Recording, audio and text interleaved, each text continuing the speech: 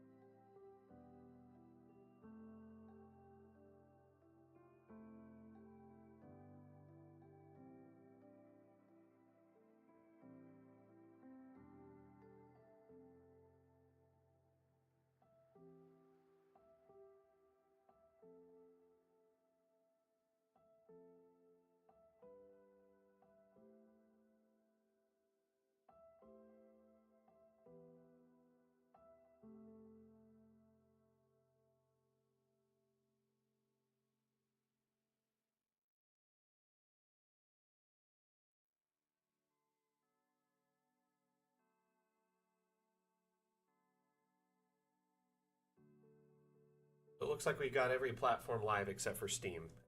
Will you let me know if you see Steam go live?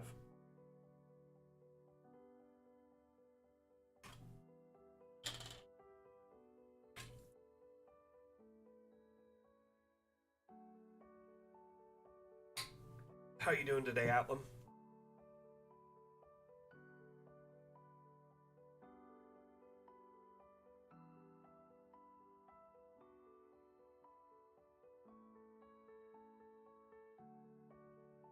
Welcome back, everyone, to the Damn stream.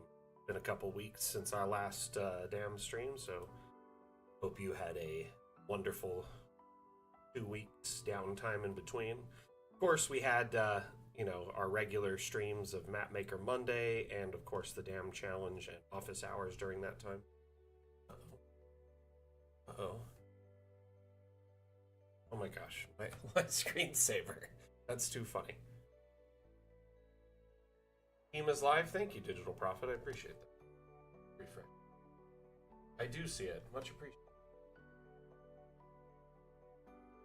Thank you for the update on that. It's good to know. Now we've got platforms live all across the board. That way I can monitor their chats and stay in touch with everyone. Refresh it a couple of times. It just worked for me. Welcome back to the Damn stream, everyone. My name is Mac. I am the community manager for Dungeon Alchemist. Dungeon Alchemist is the map-making program you see in front of you. It is available on Steam. We offer a free demo that you can kind of try before you buy, as well as a full version that is a one-time purchase for a lifetime license that includes all past and major future updates, including our next update called Fun with Objects, which will include multi-level room generation and roofing. For the interim, though, this map I found on the workshop this morning. It is a lovely little wedding ceremony set in what appears to be like a fae or just a fun little forest or garden. I found this on the workshop this morning, and I thought it was quite splendid. Thought I would share it. Everything's good for you? Good. Good to know. Thank you.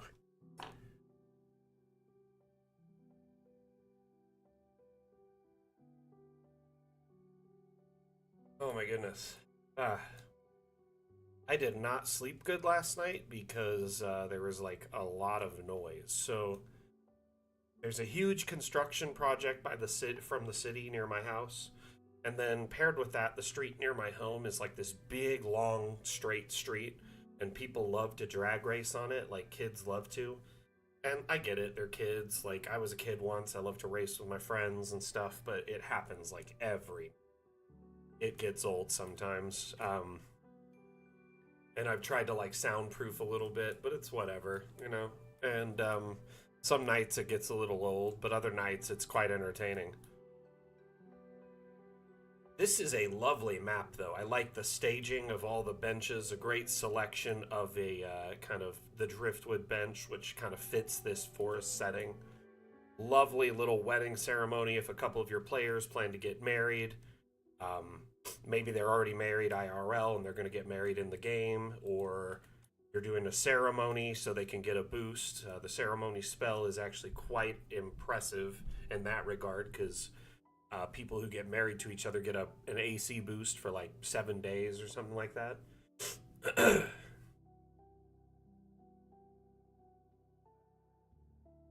Anyway, good little map. I thought it was quite entertaining and simple and to the point. I don't know. I think part of the reason I enjoyed it as well is my mom, she owns a small like wedding planning decor business. She's like a wedding decorator in her spare time, I guess. And growing up, I was like exposed to this stuff all the time. We'd have to like carry in all her supplies to places, help her pack them up, haul them to places, help her get set up. And so when I saw this, it definitely was reminiscent of that, but this is definitely like very fantasy setting. Feels great. How you doing, Random Ladybird? Welcome back. What you been up to?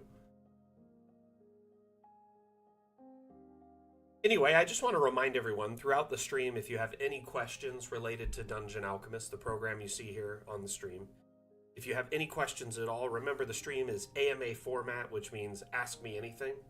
So I will stop what I'm doing in the stream and provide guidance, real-time support, and essentially a walkthrough in real time showing you how to accomplish what you're trying to do, if it's possible. So if maybe you're struggling with exports or having issues trying to create a special type of map,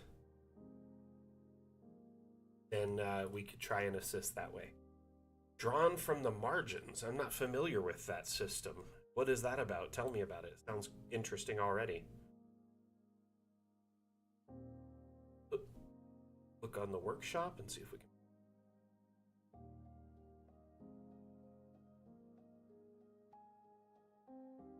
Oh, excuse me.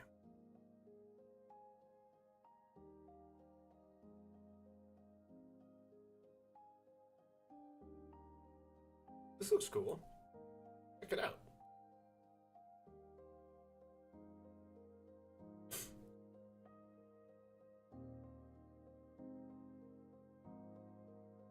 This map looks very interesting indeed. It'll be a moment while we download the assets for it. Oh, that's cool. Huh. Interesting.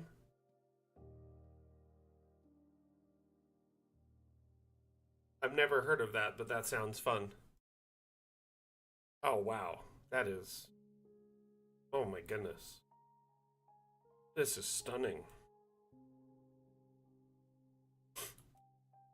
Let's take a little walk around the map, shall we?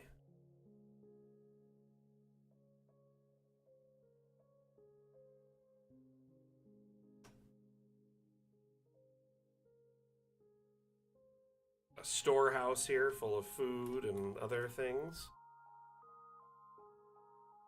Little prep area and places to eat, more storage. Message board for, I'm assuming, like different jobs and whatnot. It is nice, isn't it, Mosey? It's a very nice map. Really like the layout. It gives me kind of traditional, like, longhouse vibes from, like, Viking architecture, where they'd have, like, everyone would be able to essentially go to the leader's house, eat, drink, hang out, and then they could retire to their own, like, private space within the same space and, you know, sleep. Very nice. I like it.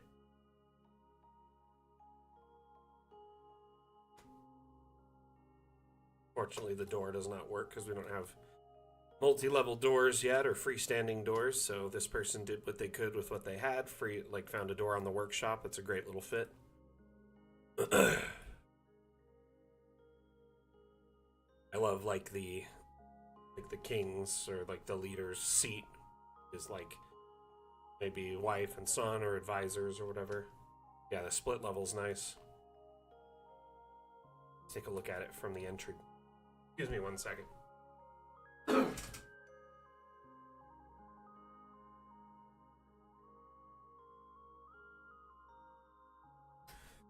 Okay, I'm back.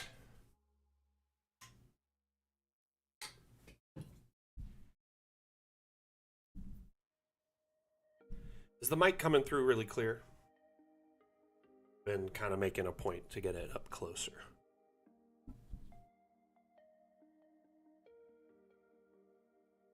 Let's see here.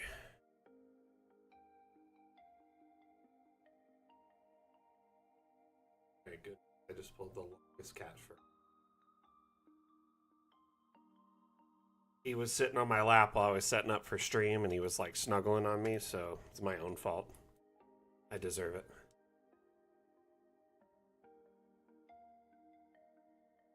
Sounds as clear as usual. Cool. Okay, let's find us another map to check out. I like little small maps like that that pack a punch. There's one we found the other day that was quite impressive that was like this. Oh, it's made by the same guy. Cool. Haiku. Or Haikaiu, I guess. I don't know. But this one's really nice. I like it as well.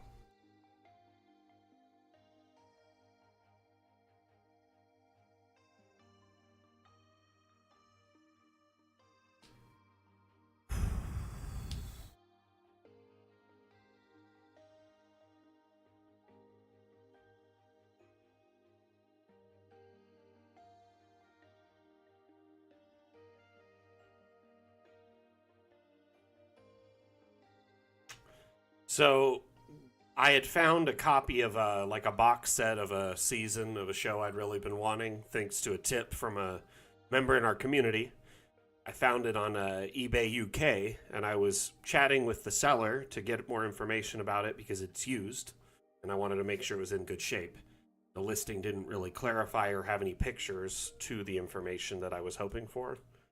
And I waited 2.5, 3 weeks for this person to finally send me a picture of the disc. No, I didn't. That's the point I'm getting to. I waited 2.5, 3 weeks for a disc image. He's like, oh, I'll get to it. I'm busy. I got family here. I'm working. Always an excuse, right? And finally, the day he sends me a disc, which he's in the UK, mind you, so he's 8 hours ahead of me. It happens in the middle of the night. He sends me the image. And while he sends me the image, somebody else bought the listing. So I'm assuming other people were waiting for the image, and when he finally sent it, someone bought it. Unfortunately, I missed out on it. I was really irritated because this seller was just not cooperative at all. Very frustrating. I found a copy that is new, but it's being sold as a whole set with the other 6 seasons that I don't need of the show. And because I already own them twice over. 3 times over in some cases, and they won't sell it independently for a reasonable price. So I've been like looking all over, combing the internet, scouring it, right?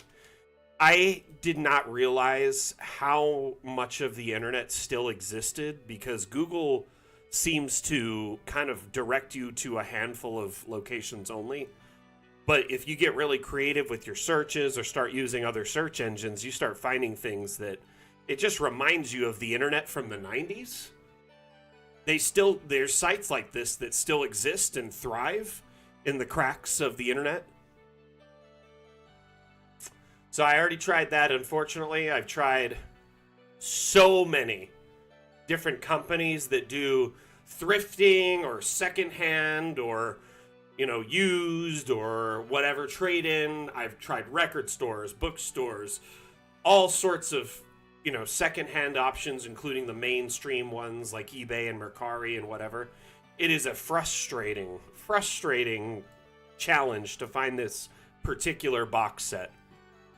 But last night, in my search, I somehow stumbled across a website that seems to be straight out of the 90s. I'm not even joking you. It looks like it hasn't been updated in 30 years. And this website claims to have a huge, vast store of Blu-rays and CDs and DVDs and manga, and they're actually based, like, they have a physical location, so I was able to see the reviews on them and stuff, so they look legit. I'm going to call them after the stream today, fingers crossed, because it looks like they have some copies in stock, and I think I might have found what I'm looking for finally.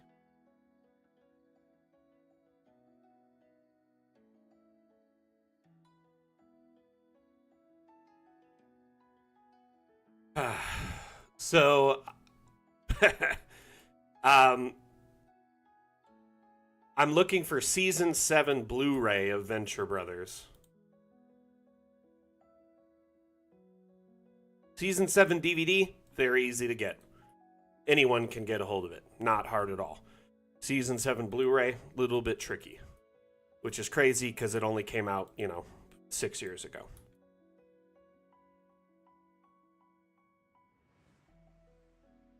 Anyway, enough about my ranting. Let's talk about awesome maps. It's been like a very frustrating kind of like hunt over the last 6 months looking for this, and I'm hoping the hunt is near an end. I don't want to like get overly ahead of myself, but everything is lining up for me in the moment. So fingers crossed after the stream I call these people and they actually have what I'm after.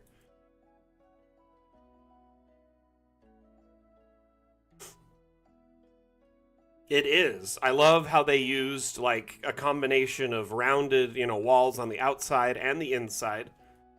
Really just packed in this beautiful little shop in a tiny space. 5x7. Absolutely impressive.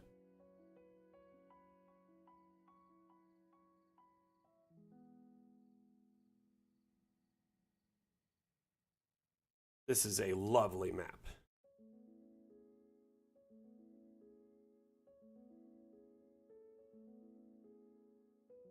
I mean, you could use it for a kind of just like a hole in the wall shop in a big city.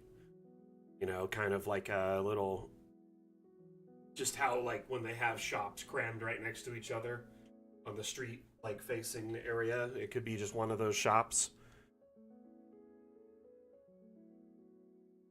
Seems lovely.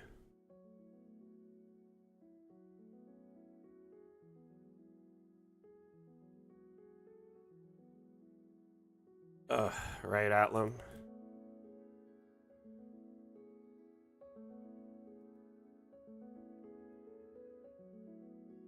Stitching or, copy pasting would be great. Would be great, Dyson. I agree. I do know on the roadmap there's discussion on at least allowing you to cut a large map into smaller maps. Who knows if that may progress into stitching as well. But I do know there's also talk of copying and pasting like variants, so groupings of objects, which in essence could be, essentially whole rooms worth of objects in theory, unless there's like limitations on it. Hey Chim, how you doing? Chim chimney, chim chimney, chim chim chiroo.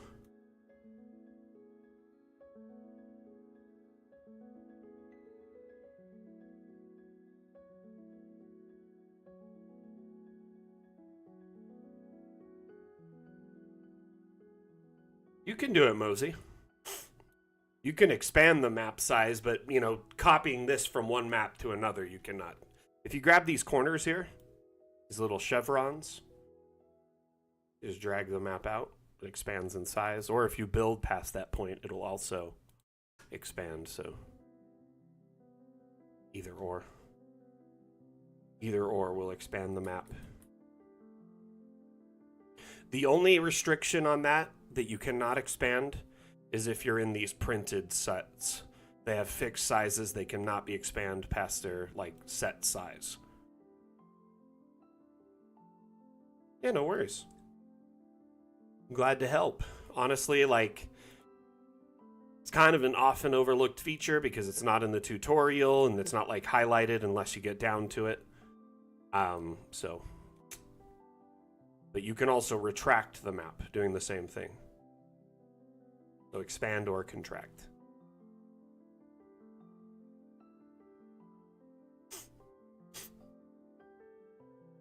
Sadly, though, we couldn't copy this, layout, this whole map, and put it into a new map. We'd have to build a map around it. That's the kind of the bummer thing we were talking about a bit ago. I hope in the future we address that, but for now, unfortunately, that's a no-go. For sure. Those little compact maps are great because you can build around them like really quickly. Let's see here. A little bit of congestion today. Sorry if I'm sounding a little funky. Ooh, that looks cool. Let's check that one out.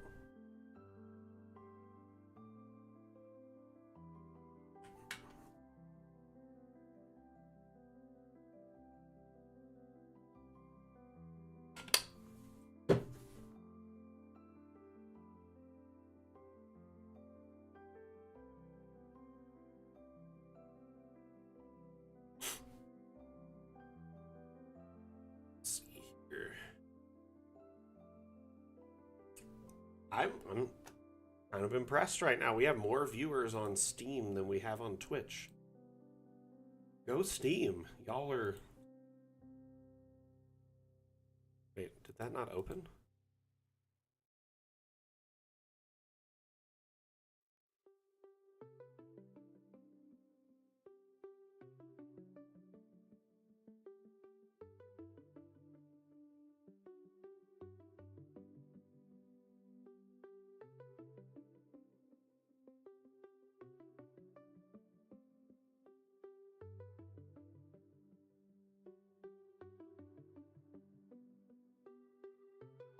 Oh, that's cool. Oh, fantastic. Would you look at this? That's great. The moonlit pool.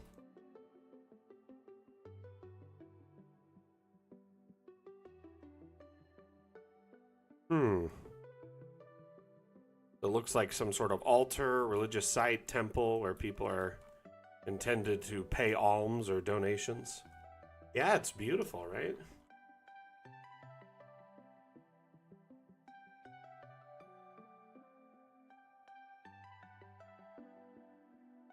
Let's take a look at the overhead here.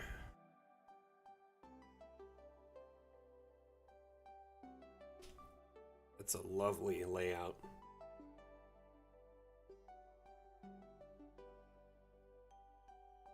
Right? They're a nice fit.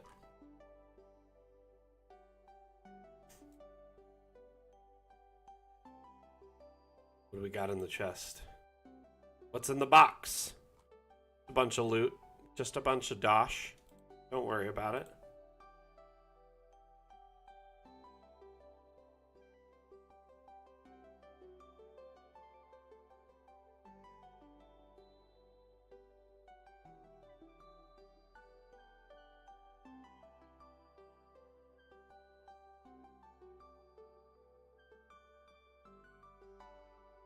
I like it. This is nice. Very clean. Little docks, so, maybe pilgrims can come visit. Right? Especially because it's like, they wouldn't leave something out in the open like that unless it was guarded or cursed, right? Right, DM? Right, DM?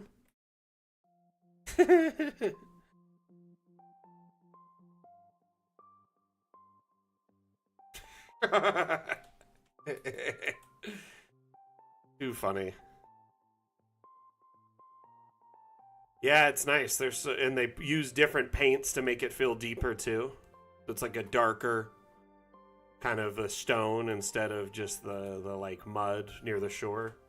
Definitely adds a certain like a mood to it. In the light, it's easier to kind of tell, but it definitely feels deeper.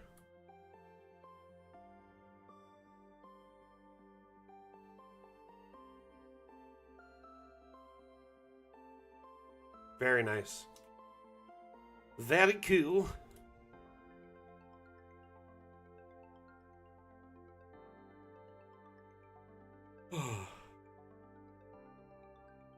Man, we're so close to 11,000 maps. Holy cow.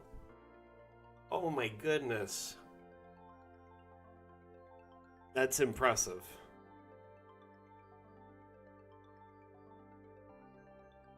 Like, it's just crazy to think that anyone in our community could just click this tab, go look at this browse map section and check any of the 10,000 plus maps, almost 11,000 maps, and like help themselves to it and quickly just supplement their campaign needs with a map from the workshop. There's so many brilliantly designed maps on the workshop too. So you're bound to find something you can use. The only bad thing now is it takes forever to find one because there's so many. Hey, Primal, welcome back. I do use the search function a lot, or I often search by most recent, because when you search by most recent, you only see all the new stuff. By the way, I saw your most recent uploads. Okay, let's take a look at this one. I'm intrigued. I want to take a closer look.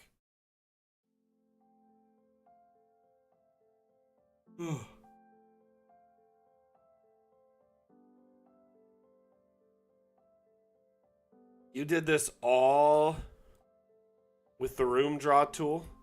No freestanding walls. That's impressive.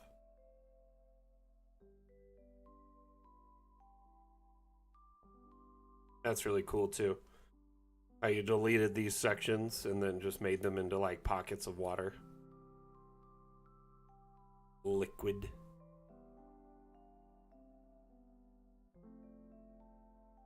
Man, that would have been frustrating to shape.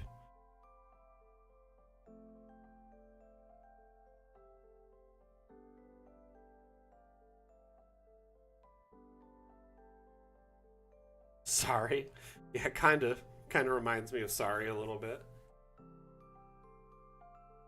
Well, you did a wonderful job. Oh, man, I'm so sorry. I'm so much like yawning so much today. I'm not like bored or anything. I just like had a really long, like annoying night that was keeping me up. Like, I really enjoy the streams. I love being here. I think I'm just tired from excessive drag racing and construction. Yeah, this is lovely. You did a great job on this, Dyson. It's a wonderful map. How long did this take you to make?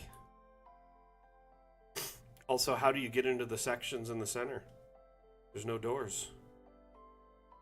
Oh, there's one. One. This one doesn't have one, it looks like. But this one does. Ah, I see. Some doors do. Gotcha. That makes sense. Very cool. I like it a lot.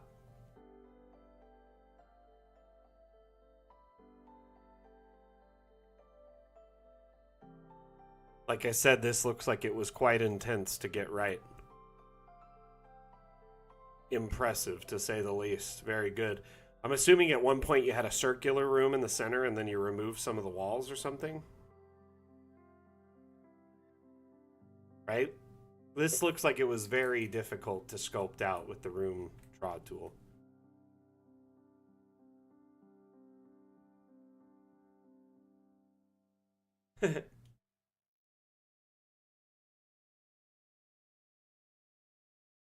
Ah, gotcha.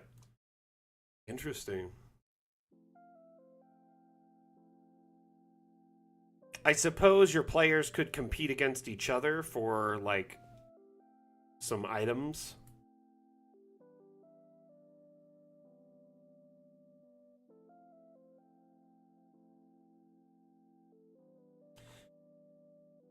Rigel, that's a good question, but unfortunately there's really not many advanced camera controls beyond what you're able to see when you access them.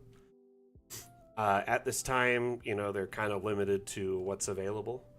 Though I do think with time we will offer more advanced tools. What that entails remains to be seen. I don't know if you're familiar, you can also drop a token in the map and then click the eyeball icon here, the icon as I call it. And that will allow you to walk around in first person, which, depending on in first person, you do have a little bit more control, in my opinion. You can go into the settings menu, right? And it says first person. You can change your field of view. When your field of view is higher, things feel faster. And when your field of view is lower, things feel slower, but also not as wide. So my character seems to walk much slower now than before, even though it's the exact same speed. So that is kind of one way to manipulate it. And of course, you can always slow things down in like post to make them more cinematic. Just by running them at a slower rate of play, a half speed or 2/3 speed, etc.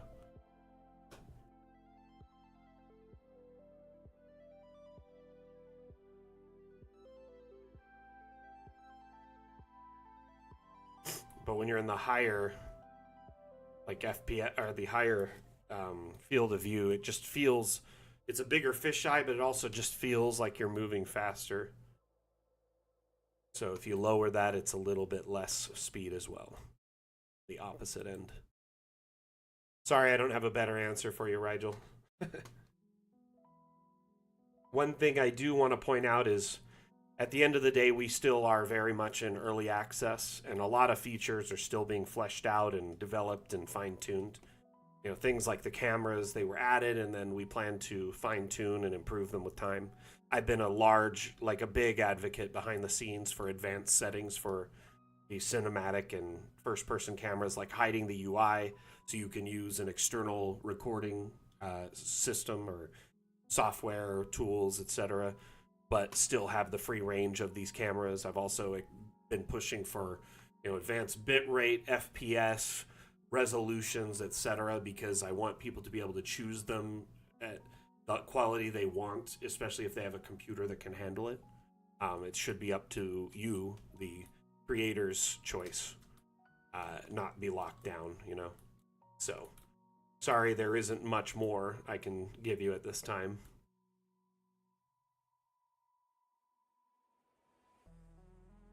I love this map, though, Dyson. Very good job on it.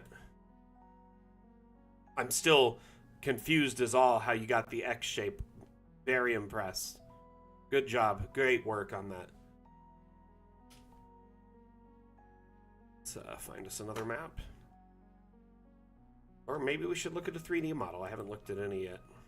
Let's do that. Right, Cosmic? It looks great. How are you doing today?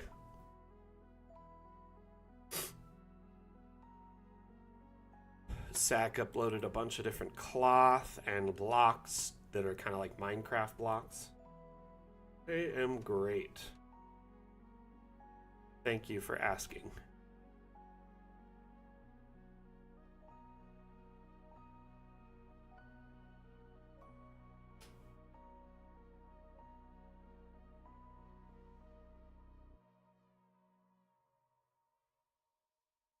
All sorts of neat stuff lately. These conduits are cool because they can be filled with like liquid, and it looks like it's running through a track, like blood or lava or something.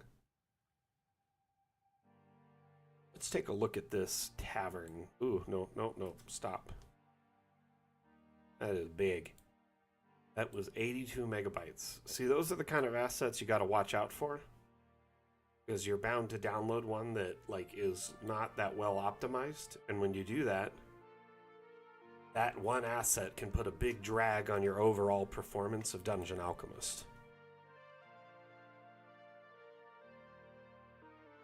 So just always be, a little bit wary when you're downloading assets from the workshop. Just check the size of them. 65 megabytes, probably not. 7 megabytes, that's okay. Half a megabyte, definitely great. Smaller and more optimized is better.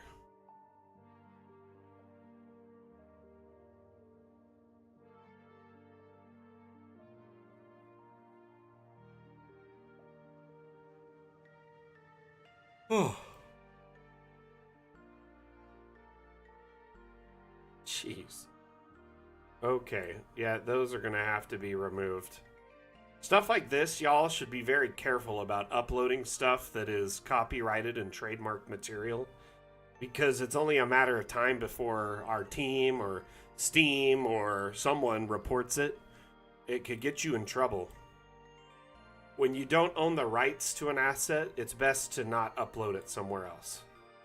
If it's got a Creative Commons attribution on it, usually you're safe, but even then you got to be careful, because sometimes people will get a little bit, let's just say they are liberal with their Creative Commons licenses on assets they don't necessarily own the rights to. So always be careful when uploading assets to the workshop. And I don't mean to sound like a Grinch. I just want to make sure you protect yourself. I don't want you to lose your Steam account or access to your library, anything like that. Oh my. Well, oh buddy. Jelly.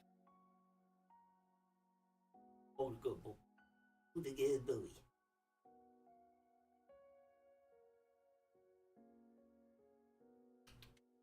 You smell so good. Smell so good.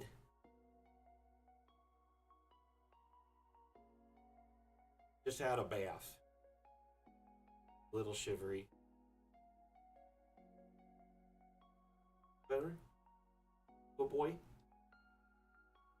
You super goobs?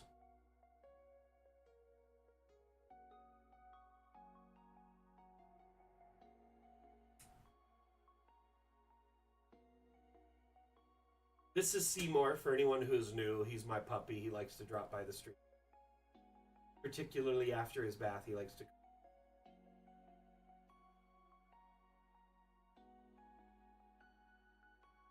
So shivery. Oh my goodness. Hey, buddy. Okay. We'll go warm you up. Okay?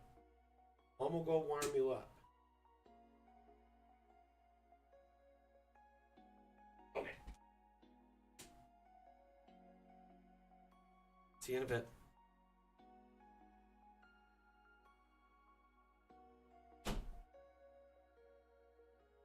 Sitting and Thinking Dwarf. It's animated? Cool. Bearsoft did this? Awesome. Let's check it out.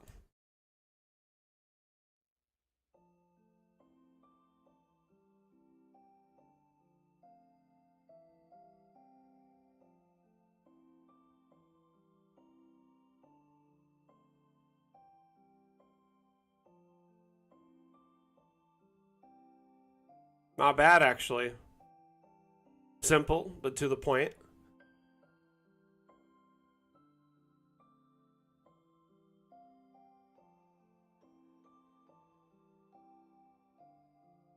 Very cool. I don't want to alarm you all, but we actually have a celebrity lurking in our chat right now.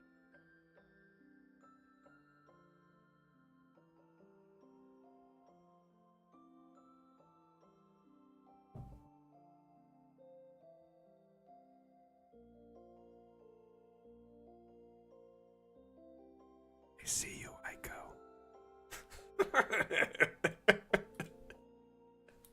I like that. That's so simple, but great. You can put this in a pub. You know, you just have like a little animated asset in the corner. It's great.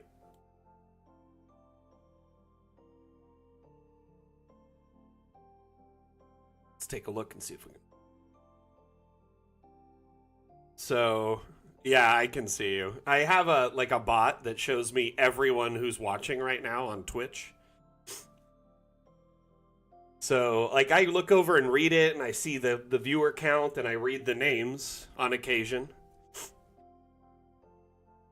I am kind of omnipotent a little bit when it comes to stream data.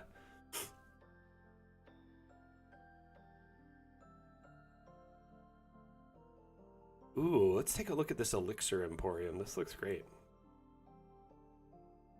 How are you, Aiko? First off, let's welcome and say hello to Aiko, who is one of our team members. She's a very talented artist. Does a lot of the 3D assets that you use in your maps. So, let's give her a pat on the back, a warm welcome, and some thank yous and whatnot.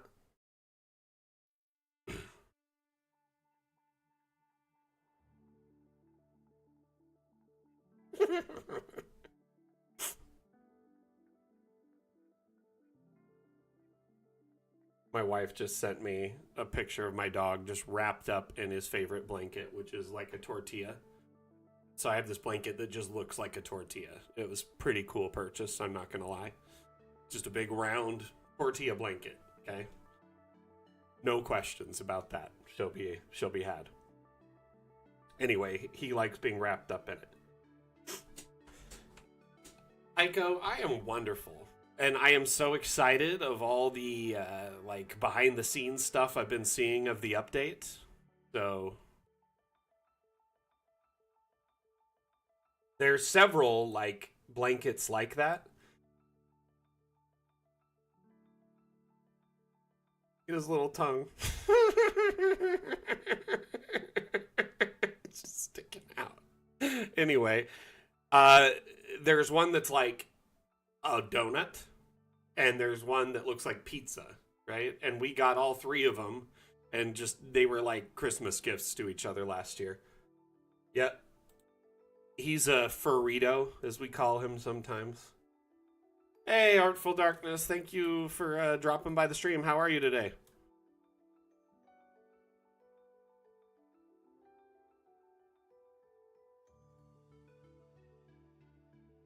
Aiko, what you been working on lately? Would you like to tell the viewers something you've been working on lately that you're proud of or excited about?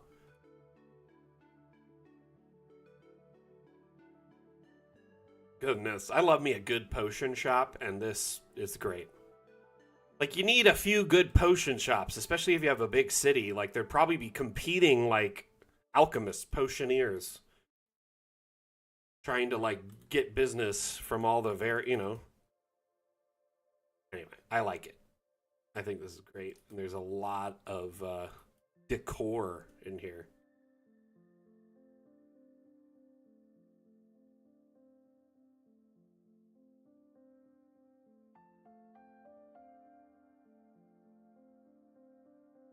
Oh my. Okay, let's put a token in here. Sometimes you just gotta pop a token in the map and walk around.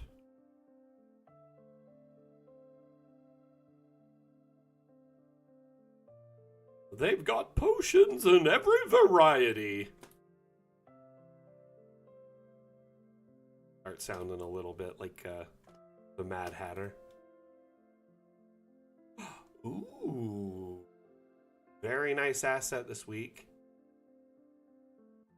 A very special palanquin. Did I pronounce that right? Palanquin? Palanquin?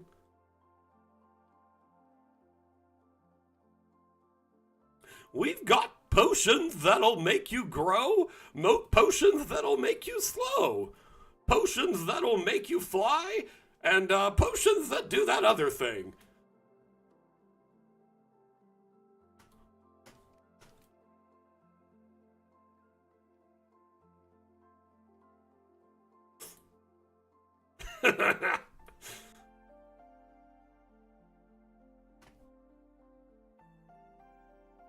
This is wonderful. By the way, I hope my Mad Hatter wasn't too disturbing.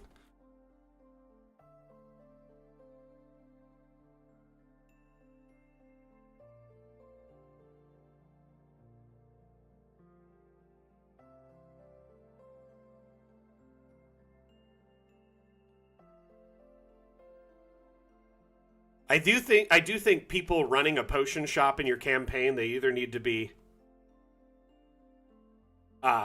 one of two things, like super whimsical and kind of just like I was just acting, you know, like silly, or they need to be like the guy from Resident Evil that like has, you know, like the snake oil salesman with the jacket that pops it open and selling something.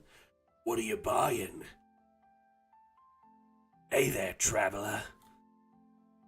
Would you like a potion? You know, they gotta be there's really no in between for me. At least when I'm like role playing an NPC for my players. Palanquin. Okay, I've never even heard of that. You know, let me Google that. Let me see what that is.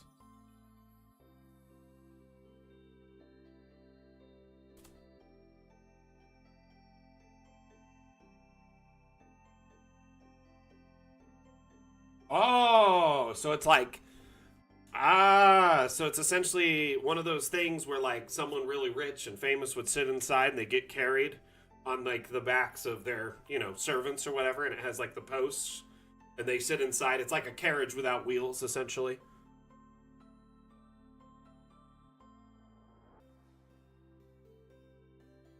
Is that what it is?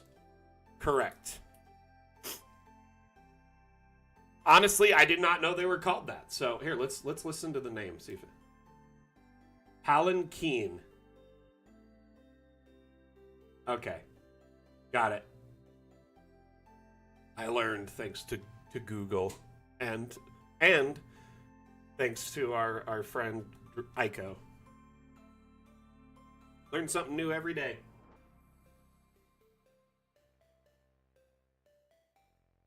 Honestly, really excited to see the like heavy uptick and churn and like all the new assets the team has been sharing lately behind the scenes. You know, going into this update, I think our community was a little worried that there wasn't as many assets in this update, but there are quite a few, actually. I can vouch firsthand. Not only will there be lots of new assets, but a lot of assets are getting like updated, some are getting depreciated, some are getting a facelift, mainly so they can work with multi-level more effectively. So a lot of the assets will be subtly changed or kind of just essentially merged into newer assets. The update is scheduled for Q2 of this year, so you know, sometime in the next few months, essentially, is what we can say right now. Let me pull up a teaser, though, if you'd like to see some stuff from it. Wim has been updating the AI and adding new AI elements to it. So here is crop beds for, you know, putting out like farmland. There will be tons of new like crop bed options and plants. Prior to this, we only had like a handful, and there will be a lot more.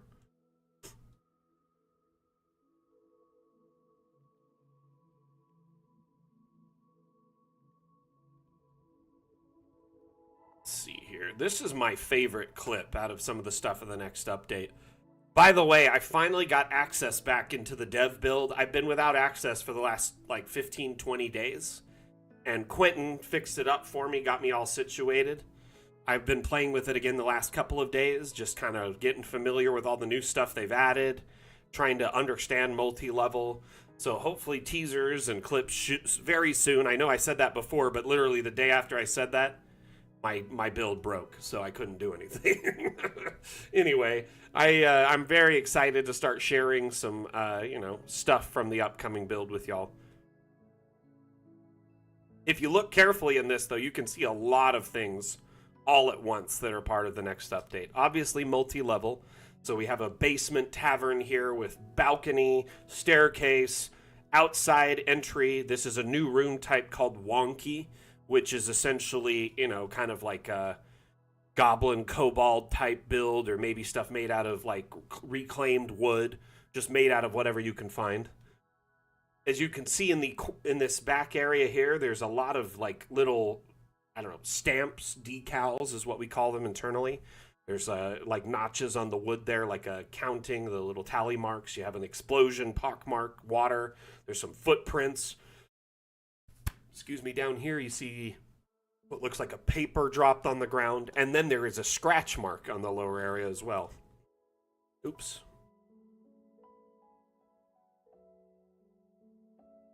So these claw marks, which were previously only on like paintings and stuff, you can now put them on the ground, the walls, a combination of them.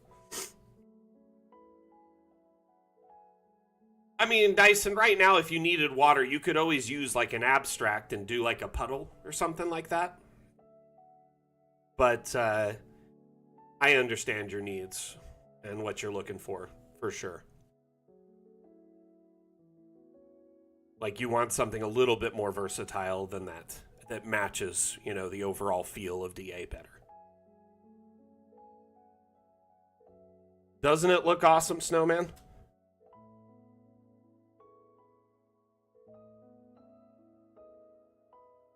Hey, the MFU, how you doing? Welcome, welcome.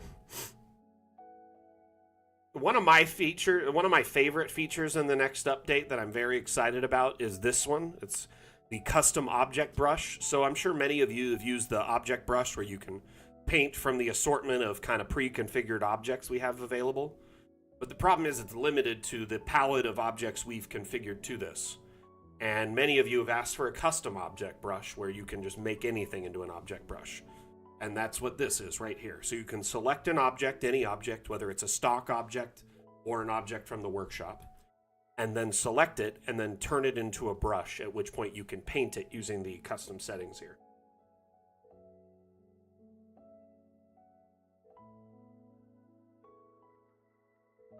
This feature is very fun. I played with it a bit and it works really well. You can take advantage of any of the brush types, any of the configurations, any of the advanced settings, all while making a custom brush. So you can open this advanced menu and still take advantage of any of those settings. It's incredibly neat. This will streamline map creation. It'll take it to a whole new level.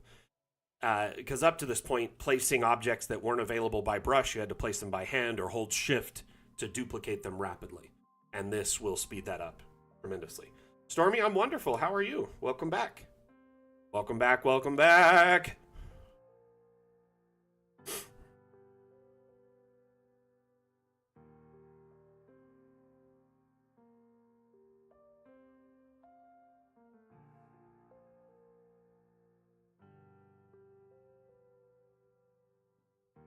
You know what? I'm okay with it. If you're being enthusiastic about an update, you know, I'm not too worried about the caps. However, had it proceeded or maybe been like prefaced with anger, I'd be a little worried. But don't worry about it, Huso. Being excited about the next update is nothing to be ashamed about. So currently, you can navigate through the floors one of two ways. There's a hotkey configuration, plus and minus on a keyboard. So if you press plus, it goes up, minus goes down. Alternatively, there is a UI element that's added kind of outside of view of this clip because it was a screen grab, like a screen clip. My boss's screen is like 8K, super HD, ultra wide monitor. And so when he captures stuff at 1080, he just captures a little segment of it. So it misses a lot of the build UI that you would normally have, the menu, the top menu. So unfortunately, you're not seeing it. I have a clip that shows it. I'll see if I can pull it up. At least that element, so you can understand what it's about.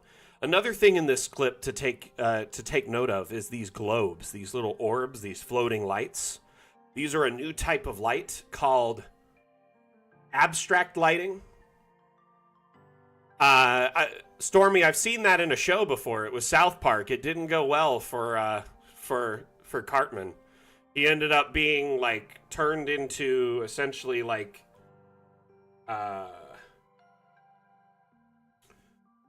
gosh, he was frozen in time for like 500 years in the snow and then didn't get to play the Nintendo Wii because of it, right? Does everyone remember that? And it was like a play on that 70s sci-fi show where the Air Force pilot / NASA dude got frozen in space. I can't remember the name of it. Buck Rogers.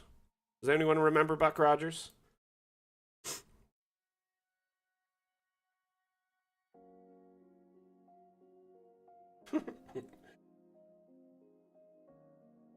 Anyway, these lights, kind of back to what I was saying, these lights here, they are a new type of lighting that is invisible upon export. So you can add the lighting effect, but the light housing itself, the orb, the globe, will not be visible on the export of the map. So essentially, you'll be able to add light throughout your map that is invisible abstract lighting that you can add, like, effects and cool lighting, detail to a map without having to use tricks to hide the lighting like inside of something else. So when all's said and done, you can add a new light source all over your map, walk around in first person or in the cinematic camera, and it will no longer be visible other than the light it projects. Yeah, this is a teaser of some multi-level in the next update. Mateus, how are you doing today, good sir?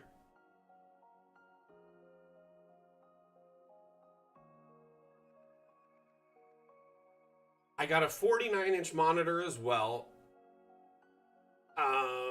If you need a good size window, you can use Power Toys on Windows that snap an application to a specific size. You can do that with DA and windowed mode. Interesting. So you just kind of snap DA to a certain portion of the television? Ogre, welcome back. Good to see you again. Mateus, likely it'll be Q2 when we launch our next update, which will include multi-level and roofing. There's a few things that need to be worked on to bring that to fruition that still have to be done.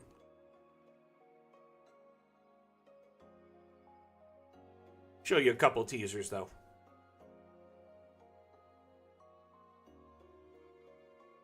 Oh, that's really cool, Snowman. That's cool. I've never heard of a program that does that. Any sign of lit tokens? You mean like tokens that like are really cool? Or do you mean tokens that have a torch or a light source? I know what you meant, random ladybird. I was just joking. I'll just say I've spied with my little eye on the development roadmap a mention of this. How it will be implemented is yet to be seen, but our devs have already noticed that community members have uploaded tokens that have multiple states, i.e. one of them is a token that has a torch mode that you can flip between the different animation states. So it's possible to do something like that, and I think that's something we should consider. The main concern is how it'll work in first person, because currently the first person renders independently from where your token is. So it would have to act like a whole new mechanism. And I said, first person shooters do this all the time. They have a light source with the player in first person. So I'm sure it's possible. I'm sure we could figure it out. But it's just not something that's like the kind of main build and purpose of DA, so it will take a little bit of tweaking and finagling to get just right. I do think overall, though, there are plans to address it. Will it happen in this update? I don't know. We'll see. So what Random Ladybird was hoping for is currently, let's say this map was dark. If you have a token on the map, like this token looks like it has fire on it, right? Wouldn't that mean that when you walk, you have a light source with you? No. And in most games with, a character has a light source, they can walk with it and it lights everything up with them, right? And if you're moving a token around in a cave that has, say, light or dancing lights or a torch or a lamp, you want to give them that ability as well. So I understand why people want that, and I've been a huge advocate for it on the back end, but I don't know if it'll be implemented in this next update or not.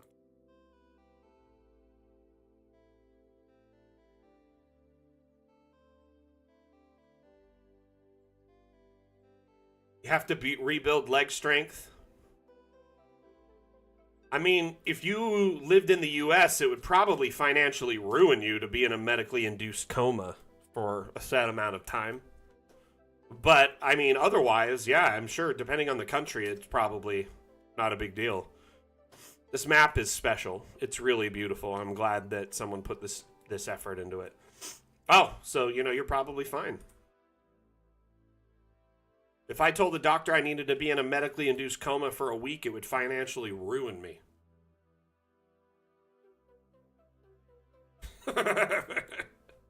That's the U.S. medical life for you.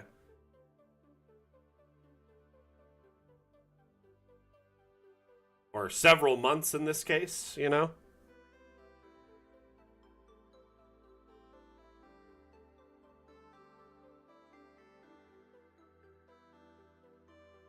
That's a good question, Mateus. I actually had a meeting with the devs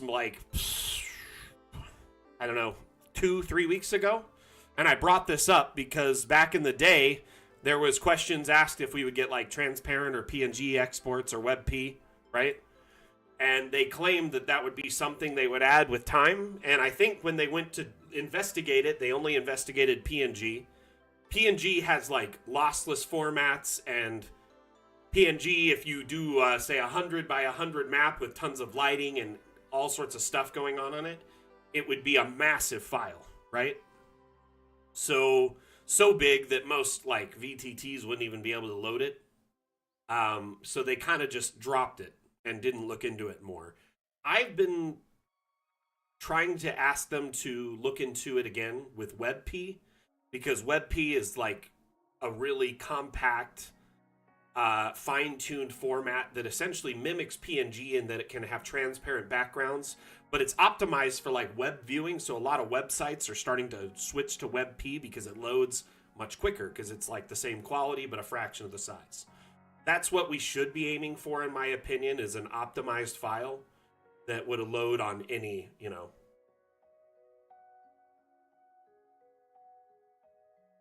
It was bad.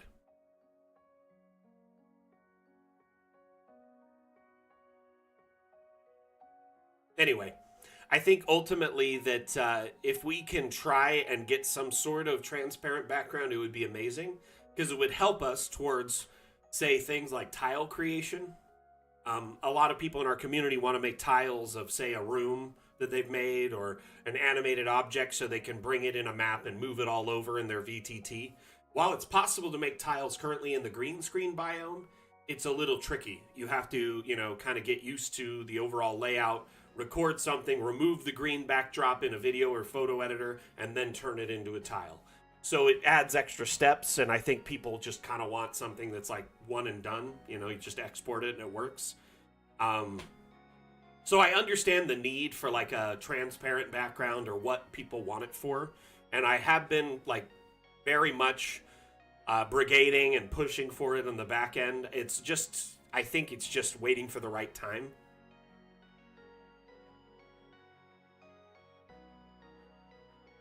Hey, Highland Lass, how are you?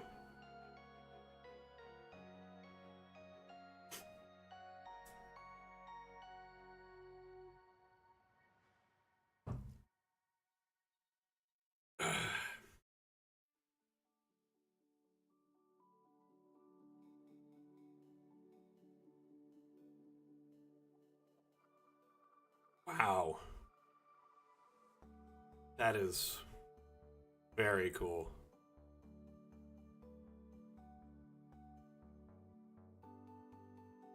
Yes, Mateus, that's pretty much a correct assumption.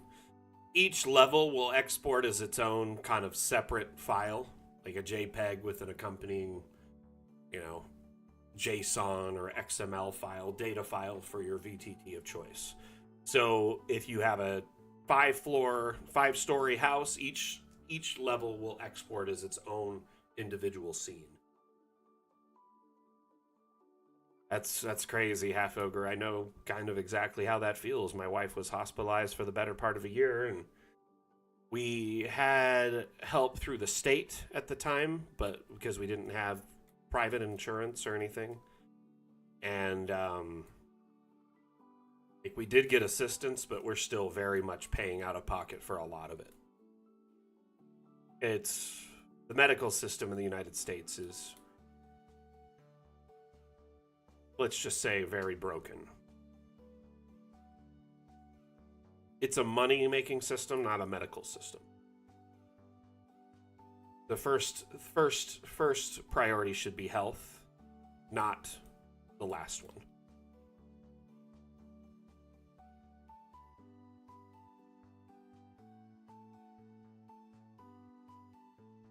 Trust me, my wife was in the hospital system for the better part of a year, between like a hospital and like a rehabilitation center. And it was very eye-opening and traumatic. And I hate hospitals. I hate hospitals so much. I hate insurance companies. I hate that an insurance company can tell a doctor that you don't need something when the doctor says you need something. Clearly, you need this to stay alive or to be healthy. And the insurance company's like, no, they don't need that. It's rough. I don't really want to get into my personal life too much, but I've experienced that all like firsthand. And it can really just absolutely break you from, mentally, physically, emotionally. I don't remember a lot of it because I was going through, I guess, a bout of depression. So it was pretty rough.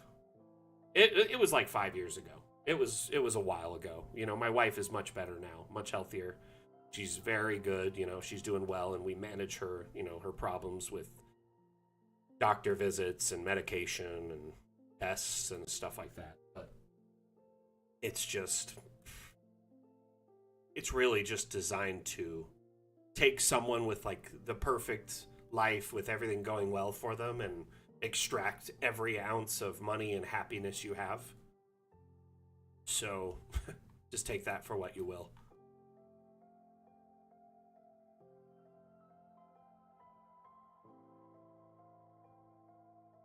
Anyway, so what's everyone working on map-wise? Anyone doing anything interesting or cool? Are you working on some new concepts for your campaign? By the way, earlier there was asked questions about like how we shift between levels. This is one of the only clips I have currently that shows this UI element. If you can see the green kind of highlighter here, it says 0. You can also alter it in the menu for if you're in the US. Floor 1 is, the base floor is floor 1 in the US. Otherwise, I guess in other countries it's 0. And you can click the arrow to go up, or you can click an arrow to go down if whatever. This is an early build where you couldn't build underground. You can now build downward or upward. And it really just takes a click to just say, hey, I want to go up a floor, or hey, I want to go down a floor.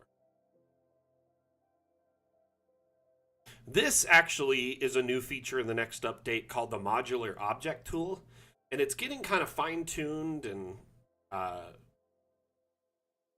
put together in a way where it speeds up your ability to do object linking, where it's possible to link objects like with railways, pipes, stuff of that nature, where they tend to link together.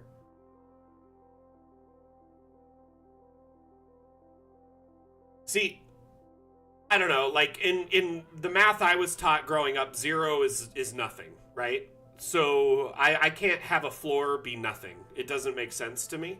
Even the basement, like it's down, it's a negative. It's not a, it's not nothing, you know what I mean? So I don't know, but yeah, in the US they refer to your base floor as floor 1. Your second floor above that.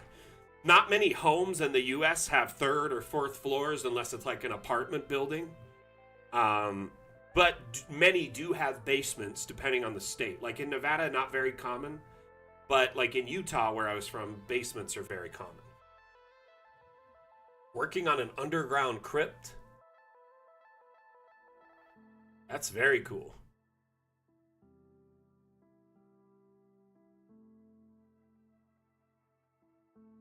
Oh, Highland, I believe in you. I bet your map is awesome already in its current state. Don't need to be so hard on yourself. Remember, I mean, at the end of the day, the challenge is really just to have fun and challenge yourself and try to put something out that you would be excited to share. If that's where you're at right now and it's not something you're excited about, yeah, definitely don't share it. But at the same time, I know you are very, very talented. You have a great eye for map making. I know your players very much enjoy your maps, and I think whenever you share a map in a damn challenge or otherwise, the community is better off for it. So if you can find the time or the inspiration or whatever to do it, I encourage you to do so. But I definitely don't want to pressure you to feel like you have to submit a map.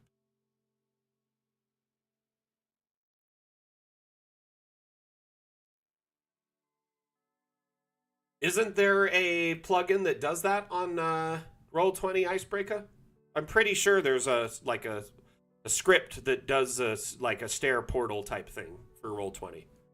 I know there is on Foundry, and I know there is on Fantasy Grounds. I'm almost positive there is one on Roll20. Any of my Roll20 experts here know if there is a script that would allow you to teleport or quickly transition between, like, if you open a door or go down a staircase to a new scene?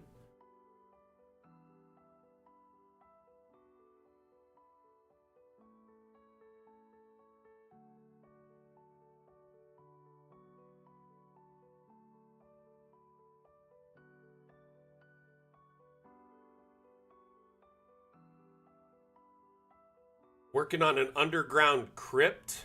That sounds cool, Half Ogre. I always love underground maps. I can't wait to see it.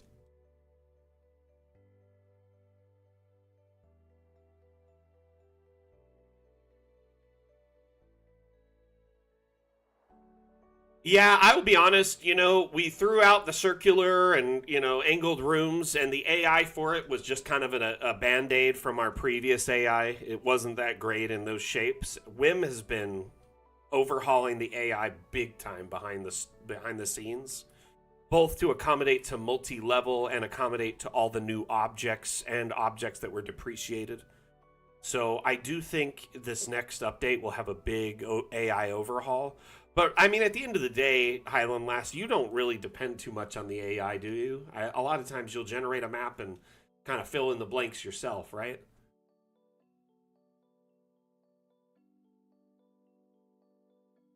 Okay, so I may be wrong on the Roll20 thing. I could have sworn they had a teleport or a scene teleport script, but I could be wrong. Let me ask my DM, because we Roll20.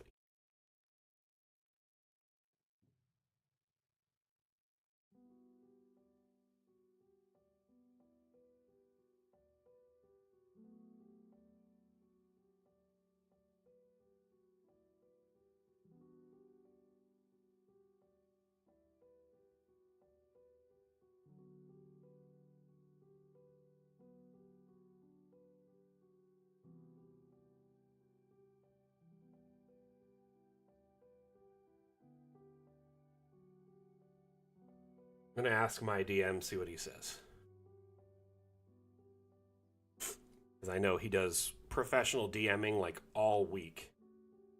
Several sessions, so it's possible. I know Foundry does. Monk's Active Tiles does it. Foundry most definitely does have it.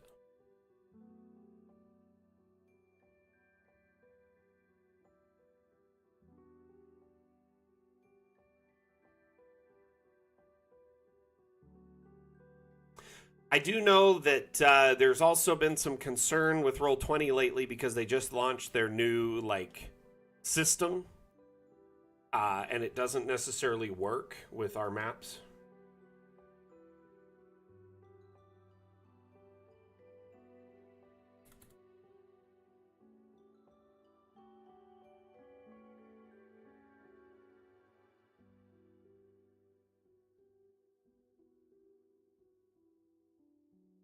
Alrighty. So I just confirmed with my GM. He says he knows someone who's working on development for it, a script, but it's still quite a ways out. So it's not really reliable, unfortunately.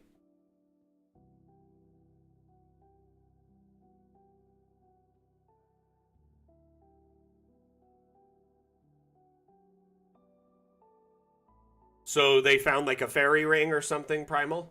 Oh, it's called Jump Gate. That's right.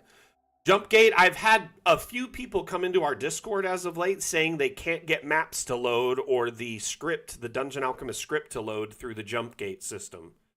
So I kind of have been just telling people to use it at your own risk. Like, it's most likely, you could get it to work, but there are some instances where it doesn't. So Blue Mage, we do and we don't. So I love Owlbear. I love what they're doing, and I actually have a close relationship with their community manager. Like, we keep in touch with each other, and we've discussed this a little bit, and I've also talked to their dev team and some people who make they have like modules or scripts essentially for Owlbear. One of them is called Smoke Inspector. The Smoke Inspector extension allows you to import our maps to Owlbear using either UVTT format, or you can import the Foundry map, the image, and the JSON file, which will include, both the map and the data for the map. So lighting, windows, line of sight, walls, doors, all that stuff. Hey, there is a script. I wonder how well it works or if it's up to date.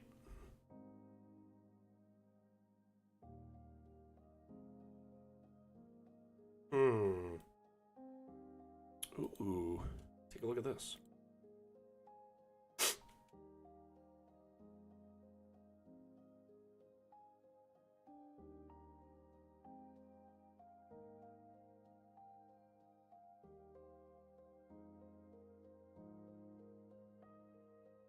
So, we're always like a step behind the virtual tabletop company, right? So if Roll20 makes an update, we have to wait for their update and then make an update to follow and fix, right? Unfortunately, we don't necessarily have direct communication with them on all of their development plans, and they don't share that with us. We do have communication with, say, Foundry and above, but it's not like they tell us all their development plans, right? So we usually are kind of like reactive in that manner, kind of like an antivirus program. We have to wait for the virus to be made, and then we make the antivirus. So in this case, we wait for the VTT update, all these new features they put in, then we implement a way to benefit from them in Dungeon Alchemist.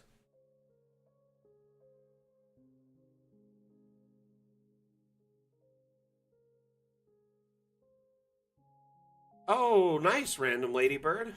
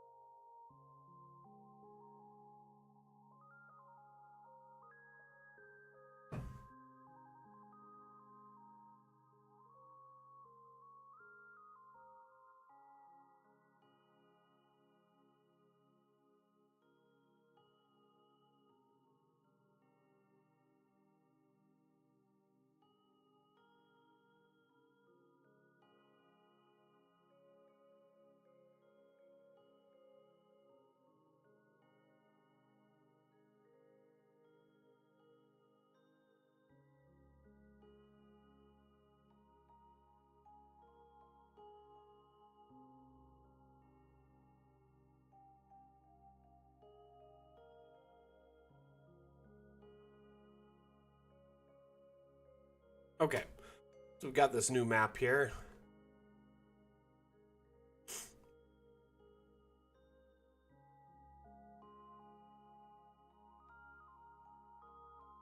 I always love when a little map packs a punch. 15 by 12, not bad. Magic Cave. These little guys are unsettling to me, I'm not gonna lie.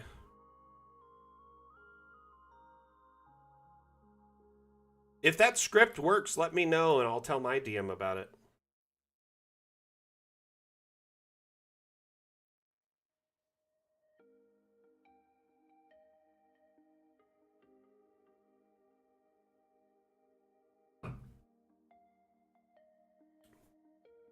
Would anyone mind if I took like a 5-minute break?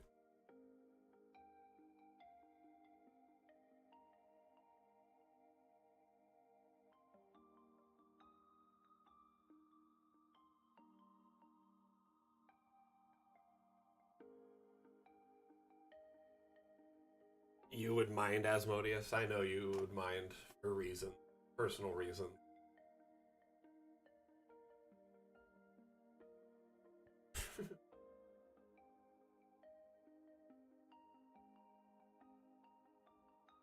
Is it the snack bar? I want to refill my water, and yeah, I do want to grab something to munch on really quickly. Just be like 5 minutes tops. Sound good?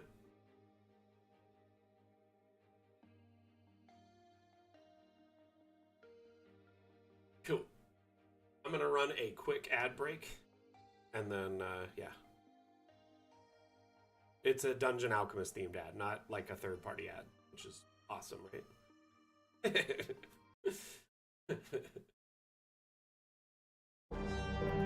Dungeon Alchemist is an AI-powered map-making application that allows you to make amazing maps in just a few clicks. You can then easily print these maps and use them in your role-playing games. Or you can import them into your favorite VTT with walls and lights configured for you. Here's how it works. First, choose a terrain for your map. Then pick a theme. How about an old school crypt? Or maybe an abandoned mansion? Just start drawing rooms, and Dungeon Alchemist will place all the walls, floors, doors, objects, and lights for you. Each new room is generated on the fly and is completely unique. Yeah, we do all the grunt work for you, so you can focus on creating. Changed your mind? No problem. Swap out the theme of an entire room with a single click. Is it a garden? Nope, it's a hovel. And now it's a tent. Everything in Dungeon Alchemist can be adjusted. Release your interior decorator and go wild. Recolor potions. Mess with the light. Set the house ablaze. In Dungeon Alchemist, you are the artist. Bring in your own content and really personalize your world. Dungeon Alchemist comes with thousands of unique assets, each lovingly crafted to suit your adventuring needs. Create a glowing mushroom forest. Light up your abandoned temple, or stuff your room to the brim with pillows. Build an entire world in seconds and reshape reality to your heart's content.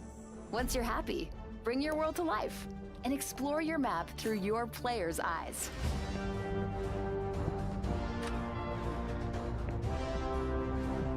Come along with us and let Dungeon Alchemist upgrade your role-playing experience to the next level.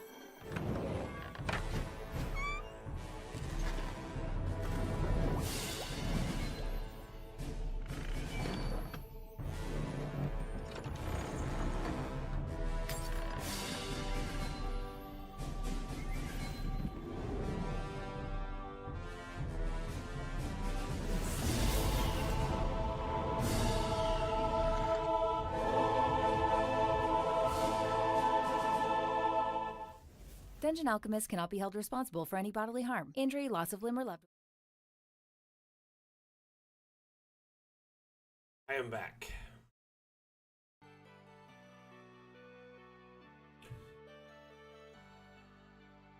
Check the thermostat to make sure it wasn't set to, absolute furnace, blazing furnace, so they don't die in here. Yeah, played with the dog for a bit and then back because he demanded my attention.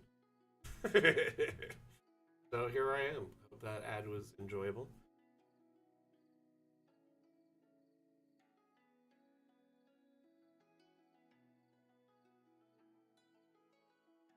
Asmodeus, what you working on lately, my friend?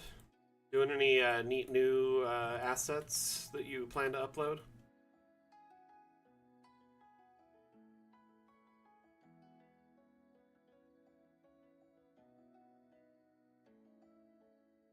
Cool.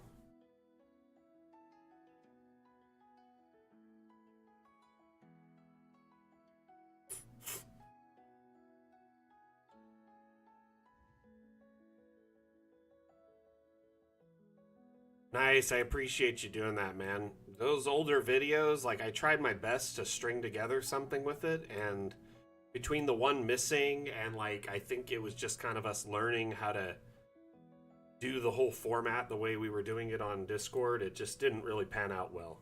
Some of the audio was bad. Like it was just, it's probably best to record it all locally and edit it locally. So I'm glad you've been doing that. Thank you. Appreciate it. I feel like I let the community down, but like one of the videos was corrupt, so it was just bad, right? It was like a 2-hour video gone. And then the other ones, there's parts where Asmodeus Mike was like a little bit too quiet, or the stream was having issues, like it was just like not really capturing what he was doing. It would like freeze.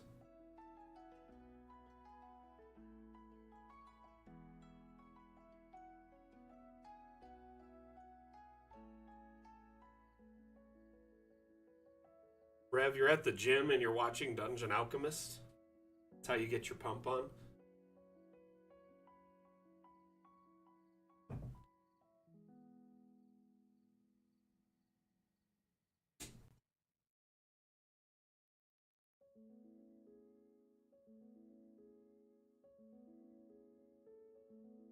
Workshop is so slow today. This is 117 megabytes. Oh my goodness. My internet should be done like this.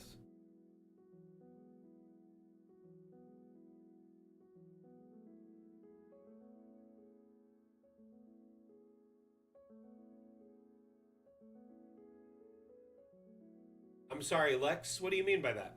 Is there a format to stream a PNP campaign? What is PNP? I'm sorry, I'm not familiar with that acronym.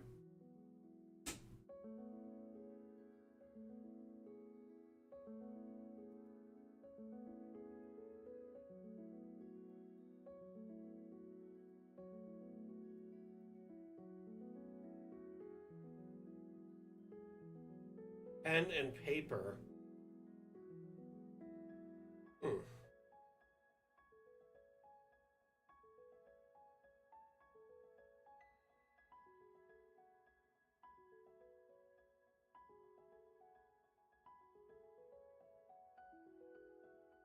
So what you're asking, is there a way to stream community maps, printed community maps?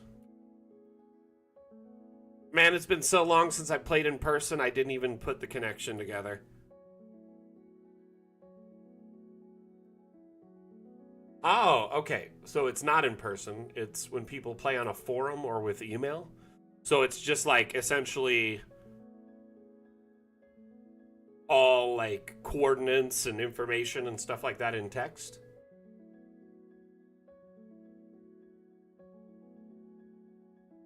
Teach me more. I want to learn about this.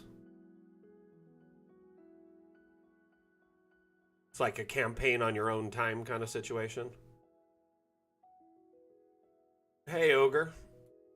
No worries, man. I'm glad Atlam had a suggestion for you.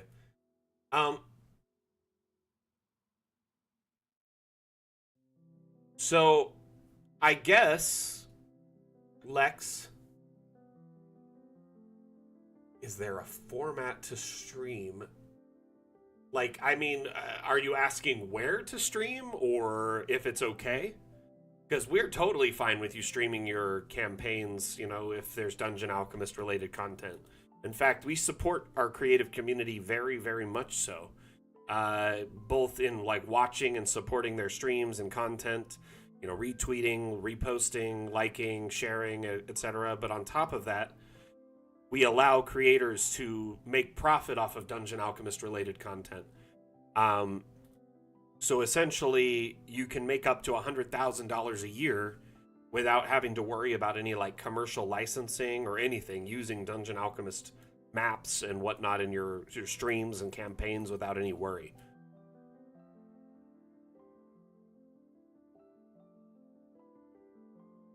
So TMZ, what you're looking at is a lovely map that was shared on the Steam Workshop by a creator in our community named Geronimo. This map was made in our program called Dungeon Alchemist, and it allows you to build up maps for your tabletop gaming campaigns like D&D or Pathfinder. So you can bring your imagination to life and allow your players to experience these beautiful, intricate scenes. Toxic Gator, some people in our community sell maps for sure. For the most part, I mean, the vast majority of people in our community are people who have purchased Dungeon Alchemist and make maps for their own campaigns. But we do have a small subset of creators that make and sell maps either for commission or on like Patreon, or maybe they're creating a campaign module that they plan to sell and the maps are Dungeon Alchemist in it. Alternatively, I've seen people use their Dungeon Alchemist to make maps for board games and video games and all sorts of things. So it is essentially kind of a very adaptable tool depending on what people need. Just haven't done it lately? Oh, no worries. There's been a lot that's changed in even the last year and a half. You may want to just pop in and check out stuff. For starters, you can make round and diagonal rooms. This creator is actually very talented, so they're really good at verticality, as I like to say, or height. Usually stuff like this is a little trickier to do, where you have some depth and height and buildings at multiple heights.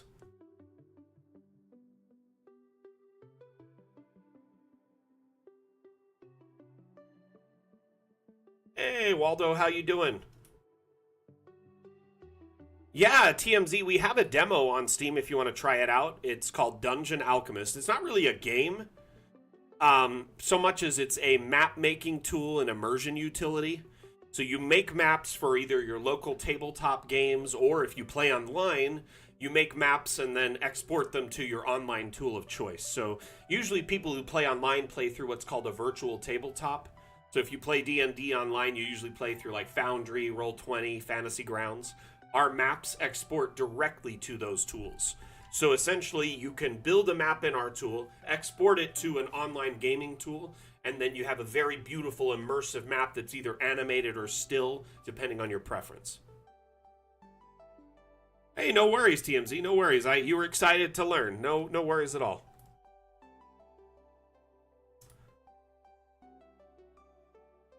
So, Gator, thank you, first off, for supporting us since the beginning. I really appreciate that. By the way, we're multi-streaming. We're live on, like, 6 different platforms right now. Twitch, Twitter, TikTok, Facebook, YouTube, Steam, everything simultaneously. So if I'm talking to someone and you don't see them chatting in your channel, that's why. It's because it's another stream. Anyway.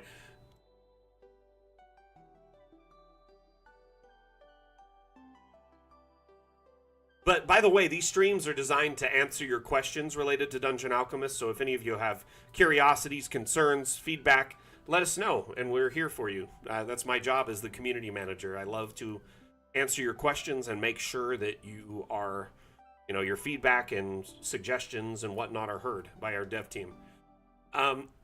So TMZ, in your instance, if you play D&D or Pathfinder or something like that, Dungeon Alchemist is essentially a tool that you would add to your belt as a dungeon master to allow you to make better, more immersive maps. The maps can be made in, a few clicks if you use our proprietary map generation tools. Alternatively, we offer integration with Steam Workshop, and our community has shared close to 11,000 maps that you can just download and use on the fly. So if you don't want to make one today, you can just go find one that'll work for your needs. Many of them are tied to existing very popular campaigns. So let's say you're playing Phandelver for the first time with your players. You can search Phandelver and find tons of maps. Or alternatively, LMOP usually finds a few.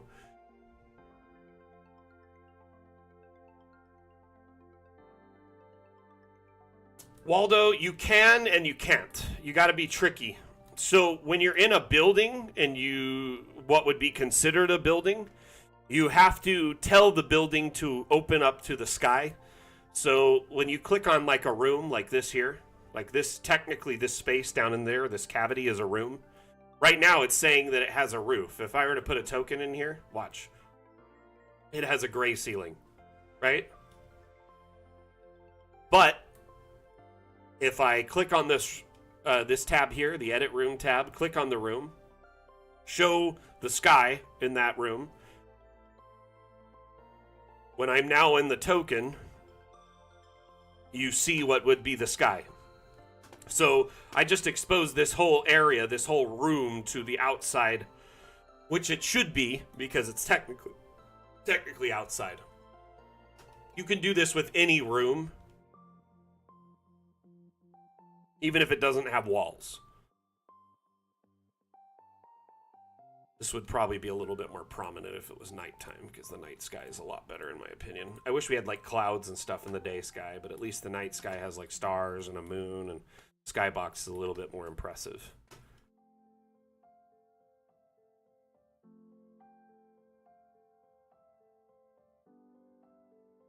Trying to find one of these to go into. Nope, that one's false. Some of these are fake. Oh, there's so many maps. Oh, you're playing TOA? Let's search TOA. There's not quite 11,000. 10,909. We're very close. I'd say we're closer to 11,000 than we are to 1, though. So let's search TOA. There are hundreds of TOA maps. I'm not even joking you. You can search Tomb of Annihilation or TOA. Here's Omu Amphitheater, Omu's Adventure Camp, Omu's Walled Compound.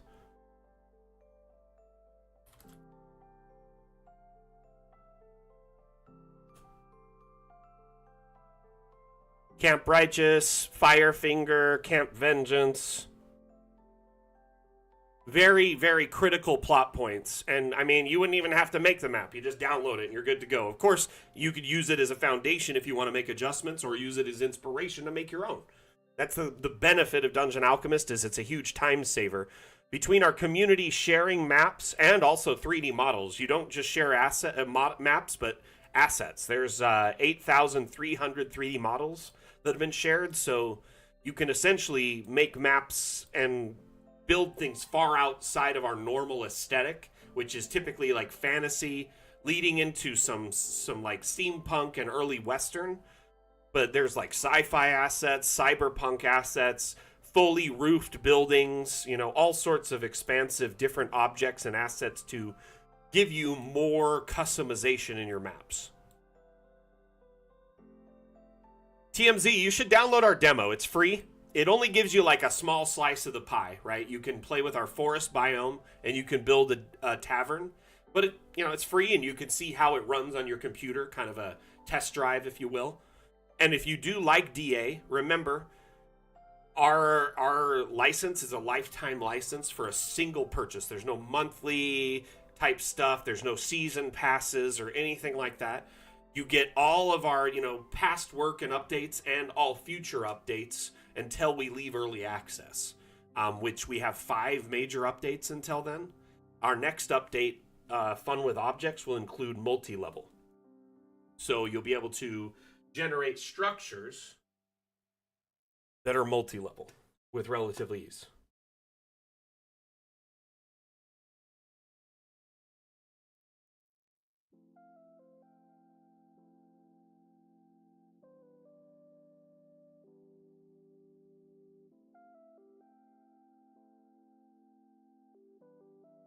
So, Lex, I mean, the easiest way to stream a pen and paper campaign is through a service like Twitch. You would essentially have to set up like a camera and a computer over your maps when you play in person. So if you're playing with a group of people, you'd have like a table with a camera or cameras set up and a mic and a stream computer that essentially captures your gameplay and broadcasts it to people who want to watch. That's really the only way to stream a pen and paper campaign. I mean, you could use your phone, you could use, a computer and a webcam. There's a lot of different ways to do it, but it will take some experimentation, trial and error on your part to get that working. Now, that being said, you could stream to Twitch, you could stream to TikTok, Facebook, YouTube, whatever your preferred preference is. And in your nation, there might be a streaming service that is rather popular that might be better for your needs. So, Ultimately, though, if you're streaming a pen and paper campaign, it's critical to get like a tripod to set up the camera in a fixed position where it doesn't move around a lot or get bumped. Make sure your mic sounds good, good voice quality. That way, you know, people watching can hear you, hear what the players are saying, and see what's going on. That would probably be, if in my, like, based on what you were asking, that would be my best advice.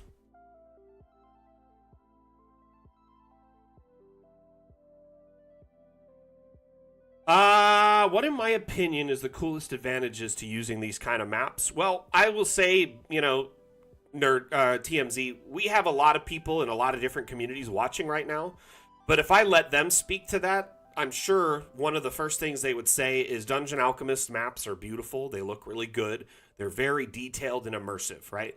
It feels like you're almost in a video game. On top of all that, you have the control and ability to make these maps yourself. So essentially, you can make a very basic, simple map, or you can make a very advanced, detailed map that has this 3D, very intimate, hands-on interaction, right? That allows your players to be much more immersive with it than ever before. Typically, DMs will have like a top-down version of their maps, like that's typical gameplay for D&D, right? Top-down. But a lot of DMs in our community, they'll stream where they are in the game, like where their players are, in first person. So they'll follow along. Let me show you. So in this map, you saw how I put a token down earlier? I played a campaign where the DM would follow us, and wherever we were in top-down, they'd be in first person, kind of streaming it every few seconds, like an updated position, like they'd move a few feet, and then we'd be like, can you look around and take a look at all this stuff? And essentially, it would give us a player's eye view of the gameplay. You know, you're playing this like crazy game of make-believe where we have all these abilities. You can fly, you can shoot fire from your fingers, you can like heal yourself with like saying a few words, but for some reason you cannot see through your own eyes. It's really, really awkward in that regard, right? So using Dungeon Alchemist as an immersion utility, you can stream or share, you know, screenshots, video, or even just a stream of this through Discord or Skype or, you know, Zoom, whatever you use, so your players can feel much more immersed in this environment than ever before. I've had DMs who will capture like clips of stuff like this, like where they're running through the city and they're like, this is a chase scene where your players are being chased by someone. So they just kind of showed it from this. I've had a DM that does like a flyover. This one's my favorite use of our cameras and our maps for immersion. They get into the cinematic mode and they'll fly over any outdoor map like this because their player has a familiar and they have a habit of saying, I want my familiar to fly over and get recon. So basically any map where they can do this, they'll record it and they kind of do like a 2x speed version and send it to that player when they ask. It's really, you know, up to you as a DM to find creative ways to use this tool. But at the same time, there's lots and lots of ways that we never anticipated it would be used. You know, a couple examples I just provided. But at the end of the day, Dungeon Alchemist is a map-making tool and an immersion utility. Its whole job is to allow you to build maps much more streamlined and effectively, save time, but also build beautiful, immersive maps that can be interacted with in top-down or in first person or through a cinematic drone camera.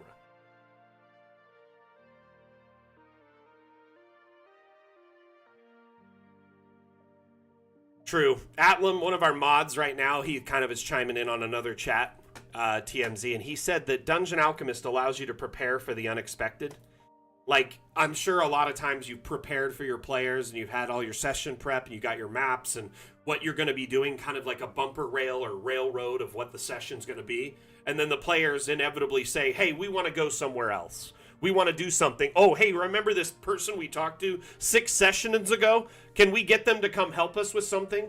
Like, players are unpredictable. That's the point of D&D. It's very random and unpredictable. Between the dice and your players', you know, indecisiveness, it's going to go all over the place. There's no way you can plan for all these things. Dungeon Alchemist allows you to build up maps in moments. Let me generate a new map just to show you. We're going to generate a jungle map. Let's do a flooded ravine jungle map with dense growth.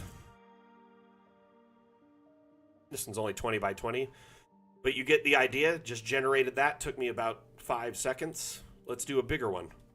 Try 60 by 60.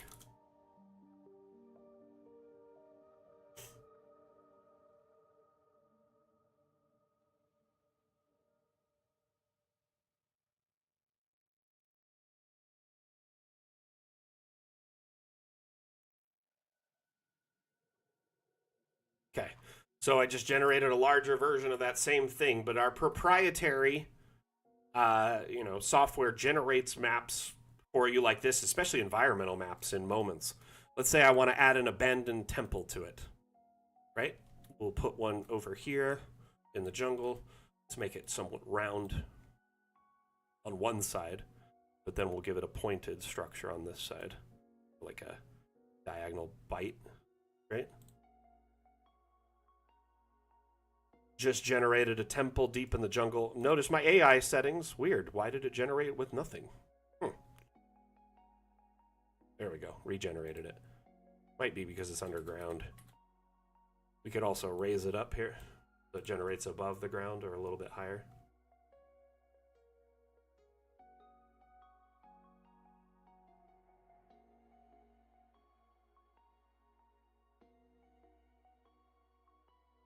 Yeah, TMZ, you really need to check out our demo. I will forewarn you, though, like, it's only the forest biome and a tavern that you can mess with in the demo, so it's a little limited. But at the end of the day, it still gives you a good idea of what you can do. Here, let me show you something cool that you might like. You like this river here? Let's make it lava.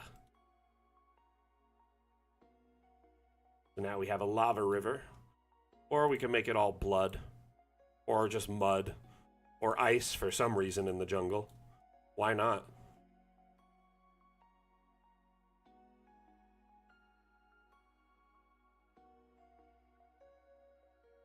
Anyway, definitely check it out, my friend. If you have any questions while you're watching, feel free to let me know as the community manager. I mean, yeah, there are frost giants in TOA, right? They are kind of out of place, but, you know, there might be hints of them. If there were frost giants on Omu, we would know, right? Or what's the name of the island again? Sorry, I can't remember now. But anyway, if there were frost giants on the island, we wouldn't be able to see them, but there would be signs. Chult, that's what it is. Chult.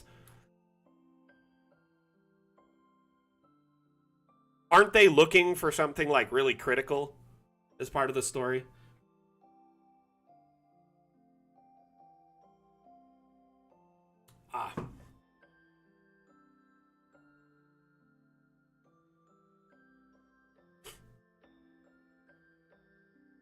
I think my favorite thing about TOA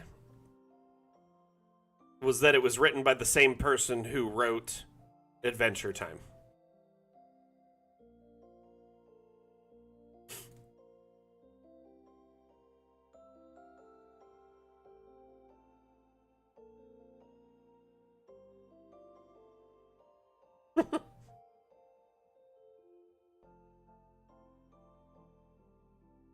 Right, Ninja? Chult is brutal, right? But I wouldn't say it's as bad as, say, Barovia. Barovia just feels like punishment.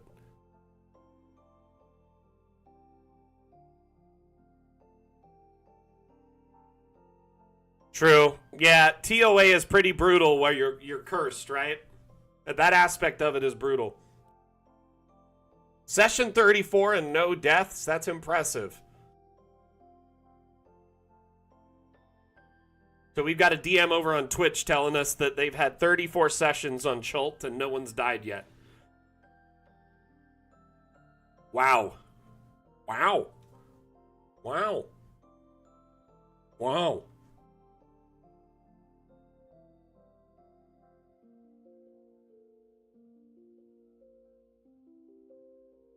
Dyson might be a little bit nicer DM than she's letting on.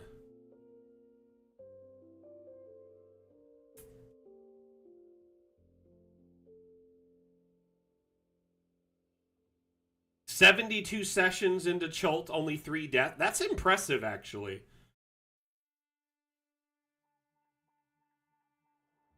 I think part of the Chult, like the TOA charm, is that ever like present threat of death. But if I was playing a campaign like that with a group, I would tell them to prepare with 3 sheets that they love. So if they do die, they have a fallback, right? Like another sheet that is like more ideal for them, and just in case, because if they're attached to a character, I'd like them to have another one that's reasonable or in their like wheelhouse.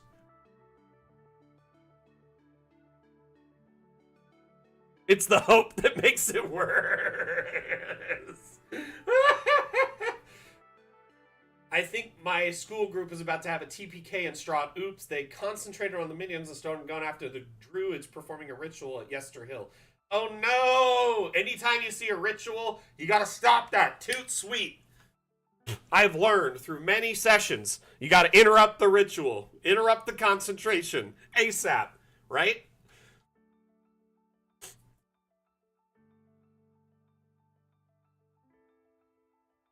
But see, okay, USMC Ninja made me laugh really hard with this. But that's the point. You see, once your players realize they're in Barovia, they know they're dead. In Chult, they sometimes feel like they have a chance. It's the hope that makes it worse.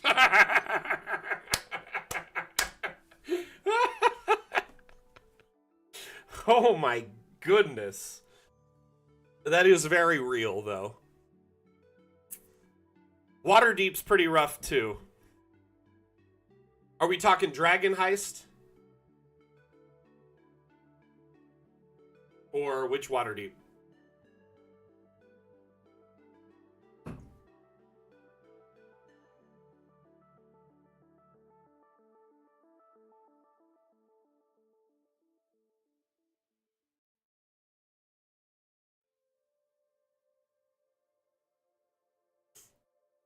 Oh. Gosh. So, like, anytime I interact with a new creature in D&D, right, my first thing, if I know what it is meta-wise, and it's scaring me, like, I always say to the DM, hey, would my character, you know, based on their knowledge scores, know this? Their intelligence score, would they know what this is? And, or, like, know what, you know, like, a bit about it, just to try and get something, right? Sometimes I'll get it passively, like he just gives it to me, and other times I have to roll. But I usually... Sorry this map is taking so long to load here, TMZ.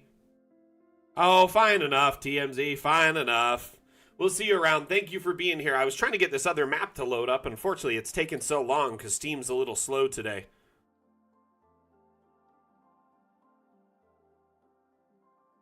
But thank you for hanging out and chatting about your campaign. If you decide to get Dungeon Alchemist, feel free to drop in. Ask us questions anytime. These streams are designed to support our community. They're AMA format. By the way, my name is Mac. I'm the community manager for Dungeon Alchemist, so anytime you need help, drop in, let me know.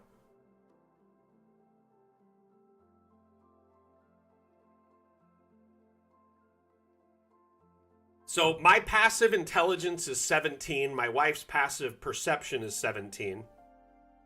Between the two of us, we usually don't miss much. But on occasion, we'll get bad rolls, you know? But like in our last session, I rolled a 31 on an investigation check to look for loot in our, like, suite. We were staying in a hotel for giants in one of their suites. And I looked around and found, like, a cool sentient dagger hidden away.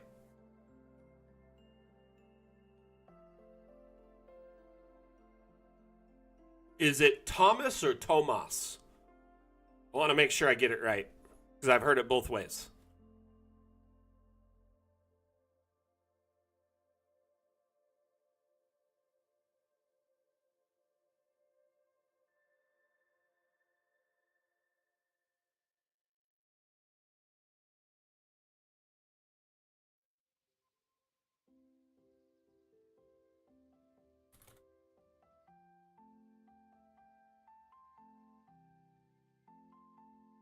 Technically, can't you get an intellect devourer, like, pet in like the first level of Baldur's Gate?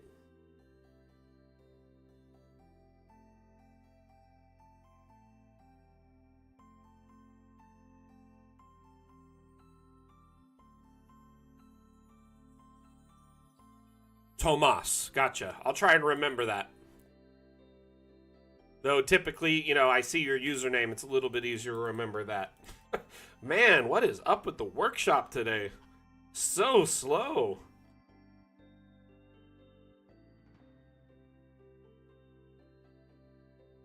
Oh.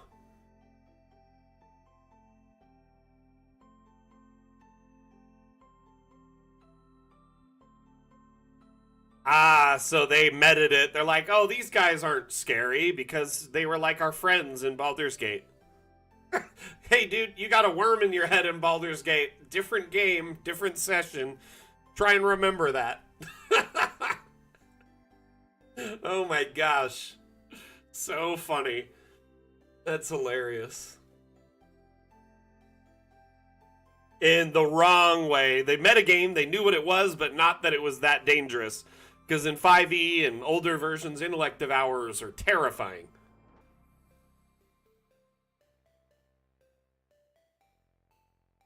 Are we talking about Neverwinter Nights like the game?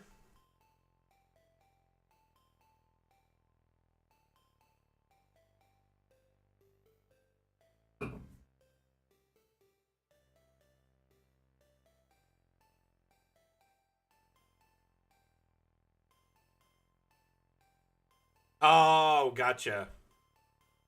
So, like, I played a ton of Baldur's Gate growing up. I still have my old, like, boxes, the big boxes that were like this, like the size of like a sheet of paper, but really thick with like manuals and the CDs and like maybe a map or other accompanying content. I have Baldur's Gate 1, 2, and Neverwinter. Oh, thank you for the hearts so far out, girl. I appreciate it. I wish we weren't so boring right now. We're just watching this download bar. Snooze fest at the moment. You have the BG hint books? Man, I remember like the Prima guides. That stuff was awesome. Because the game would come out and then there would be like a Prima game guide with it and it would show you all the stuff, but sometimes the guide would be outdated by the time the game launched because they'd make changes. Oh man, I loved it.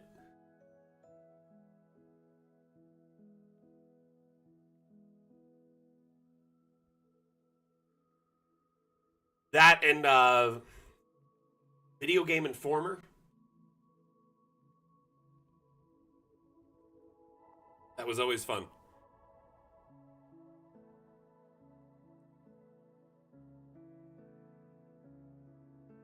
Right? That's how slow my internet was. I might as well be a fax machine today. Here we have a lovely sci-fi map made by Zentic. I just love how well he's really carved his niche out making sci-fi maps using a combination of stock assets like these. This is a stock asset. But then there's all these sci-fi ones mixed in. It just feels like I'm on Tatooine. Very cool.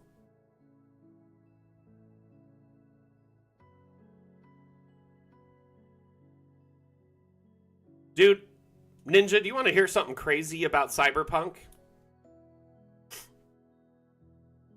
So, your boy Mac used to be a semi-popular streamer on several platforms for a while. Like, I was a partnered streamer on Mixer before Microsoft tanked it, and I was a partnered streamer on Facebook Gaming for a while. During all this time, I got invited to like a lot of conventions. I got invited to like all these like events where you get to check out games early and try them out and meet the developers. And they had these things called activations where they'd send me like tons of software and stuff to show off and share on stream. Besides the point, I'm not bragging about that. But I got to go to what I feel was the last good E3. So I went to E3 in 2018, and I was there for several days as a a guest kind of like, I guess, streamer personality. And I got invited to all these different events. So I got to play, Borderlands 3. I got to meet with a bunch of different developers, and I also got to play Link's Awakening before it was out, a bunch of different things, like the remaster of Link's Awakening on the Switch. But the most important moment of this convention for me was a meeting I had with the Cyberpunk team, CD Projekt Red.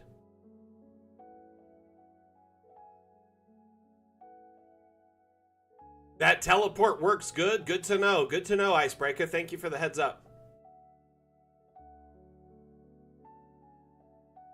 So, at this convention, I started networking, and our partner managers were like, hey, you can apply to all these events. So I applied to the CD Projekt Red event, thinking, they always make good games. I would love to check it out. Okay, they had a whole room decorated like it was a cyberpunk city. Hey, there was painting on the wall and all sorts of stuff. They had people there that were dressed up in cyberpunk cosplay, and they were waiters giving us drinks and food. Okay, and we were in this event for 2.5 hours, private cyberpunk event, where we got to see them play the game in real time and watch some videos and stuff. I kid you not, I didn't even recognize the game when it launched compared to what I saw in that event. Okay? What they showed us was not what launched when it came out, because it was so drastically different and constrained and, let's just say, boxed in, and it felt more like GTA and Cyberpunk when I watched the demo, but then when it came out, it just, I don't know, it just felt like a big railroad fest. So I was so frustrated. The game has gotten a lot better over the years, and it's much more true to its original vision, but it's still missing so much content. I can't even I don't know, it's frustrating to discuss. You see one thing when you're lured in as a content creator where they want you to film and share it and talk about it, and then when it releases, it's a completely different thing. And so it felt like a bait and switch. That's all I'm going to say. Though, traditionally, CD Projekt Red makes really good games, so I was, kind of confused.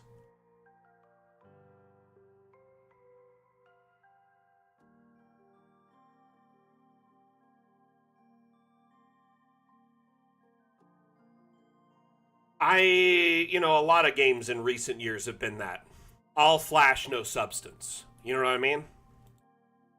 One of my favorite game franchises is kind of really just dropped the ball time and time again. Battlefield, I've talked about how much I love Battlefield. I've been playing the Battlefield games since I was 16 years old. And nowadays, they are just a shadow of their former self. You're talking to someone who used to be on the official Battlefield stream team. Okay, I'm still listed as an EA content creator, an official one. I definitely have connections in that, world. And it's just frustrating to me how different it is. How much it's changed over the years. This map is beautiful. Seriously, absolutely stunning. Cheers to the Tin Man.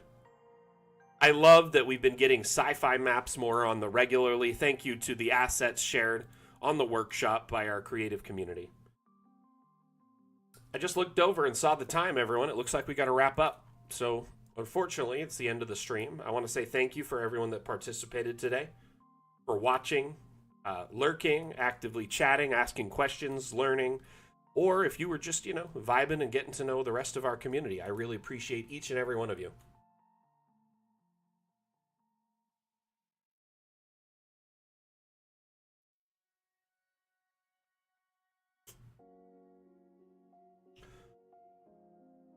Hey, TMZ, Tomas, it was nice to meet you. I hope you enjoyed the demo. And one thing I'd recommend, I can't really share links in TikTok, but we do have an official Discord. You can find it on our website, which is linked on our profile. Our Discord, we have like almost 40,000 members there, and we offer support, guidance. You can just chat and hang out with like-minded GMs. There's areas to bounce ideas off of GMs for like encounters, stat blocks, or share your maps and other creations so people can look at them and see if they like them, or if they feel they'll work for your means or what you're planning.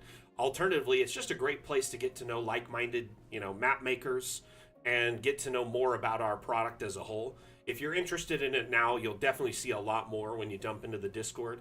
We have an official content section loaded with teasers of our upcoming update. Tons of cool information there. Anyway, appreciate you dropping by and showing interest, everyone that was here today. Thank you so much for being a part of it. Again, my name is Mac, the community manager for Dungeon Alchemist. Dungeon Alchemist is a map-making utility available on Steam. You can try it today with our free demo. Give it a little test drive before you buy.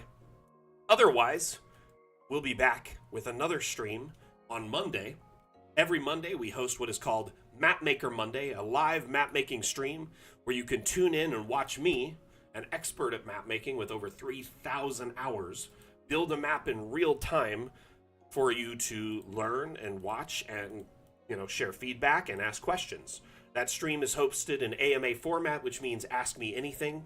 You can drop into the stream, ask questions, share suggestions, feedback, etc. I will take notes or answer your questions in real time and provide you guidance. We're going to load up that map while we're waiting and sharing the last little bit of the stream. Otherwise, our next stream is next Wednesday. Office Hours is a Discord exclusive stream. Most of our streams are multi-streams with every platform. That one is Discord only. So that's Wednesday in our Discord. That is 10 a.m. Pacific. That's 1 p.m. Eastern or 6 p.m. UTC. So if you're interested in tuning into that, I highly recommend it. Thank you, everyone, for being here. I really appreciate you all, whether you were actively chatting, whether you were lurking, whether you're providing support, whether it's your first stream or your 50th. I appreciate each and every one of you. Again, my name is Mac, the community manager for Dungeon Alchemist. Dungeon Alchemist is a map-making utility available on Steam. One-time purchase for a lifetime license, or you can try the demo, see if it's something that's meant for you in your game before you buy. Let's check out this last map, but otherwise, yeah, I had an amazing stream today with you all. It was tons of fun to hang out, showcase maps and assets from the workshop, talk about your game plans and your session prep.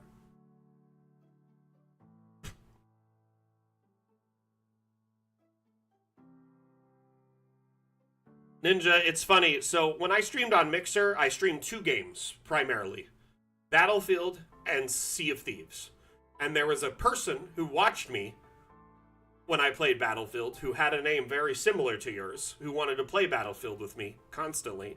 And he was like a really good pilot in a helicopter, like expert ace pilot.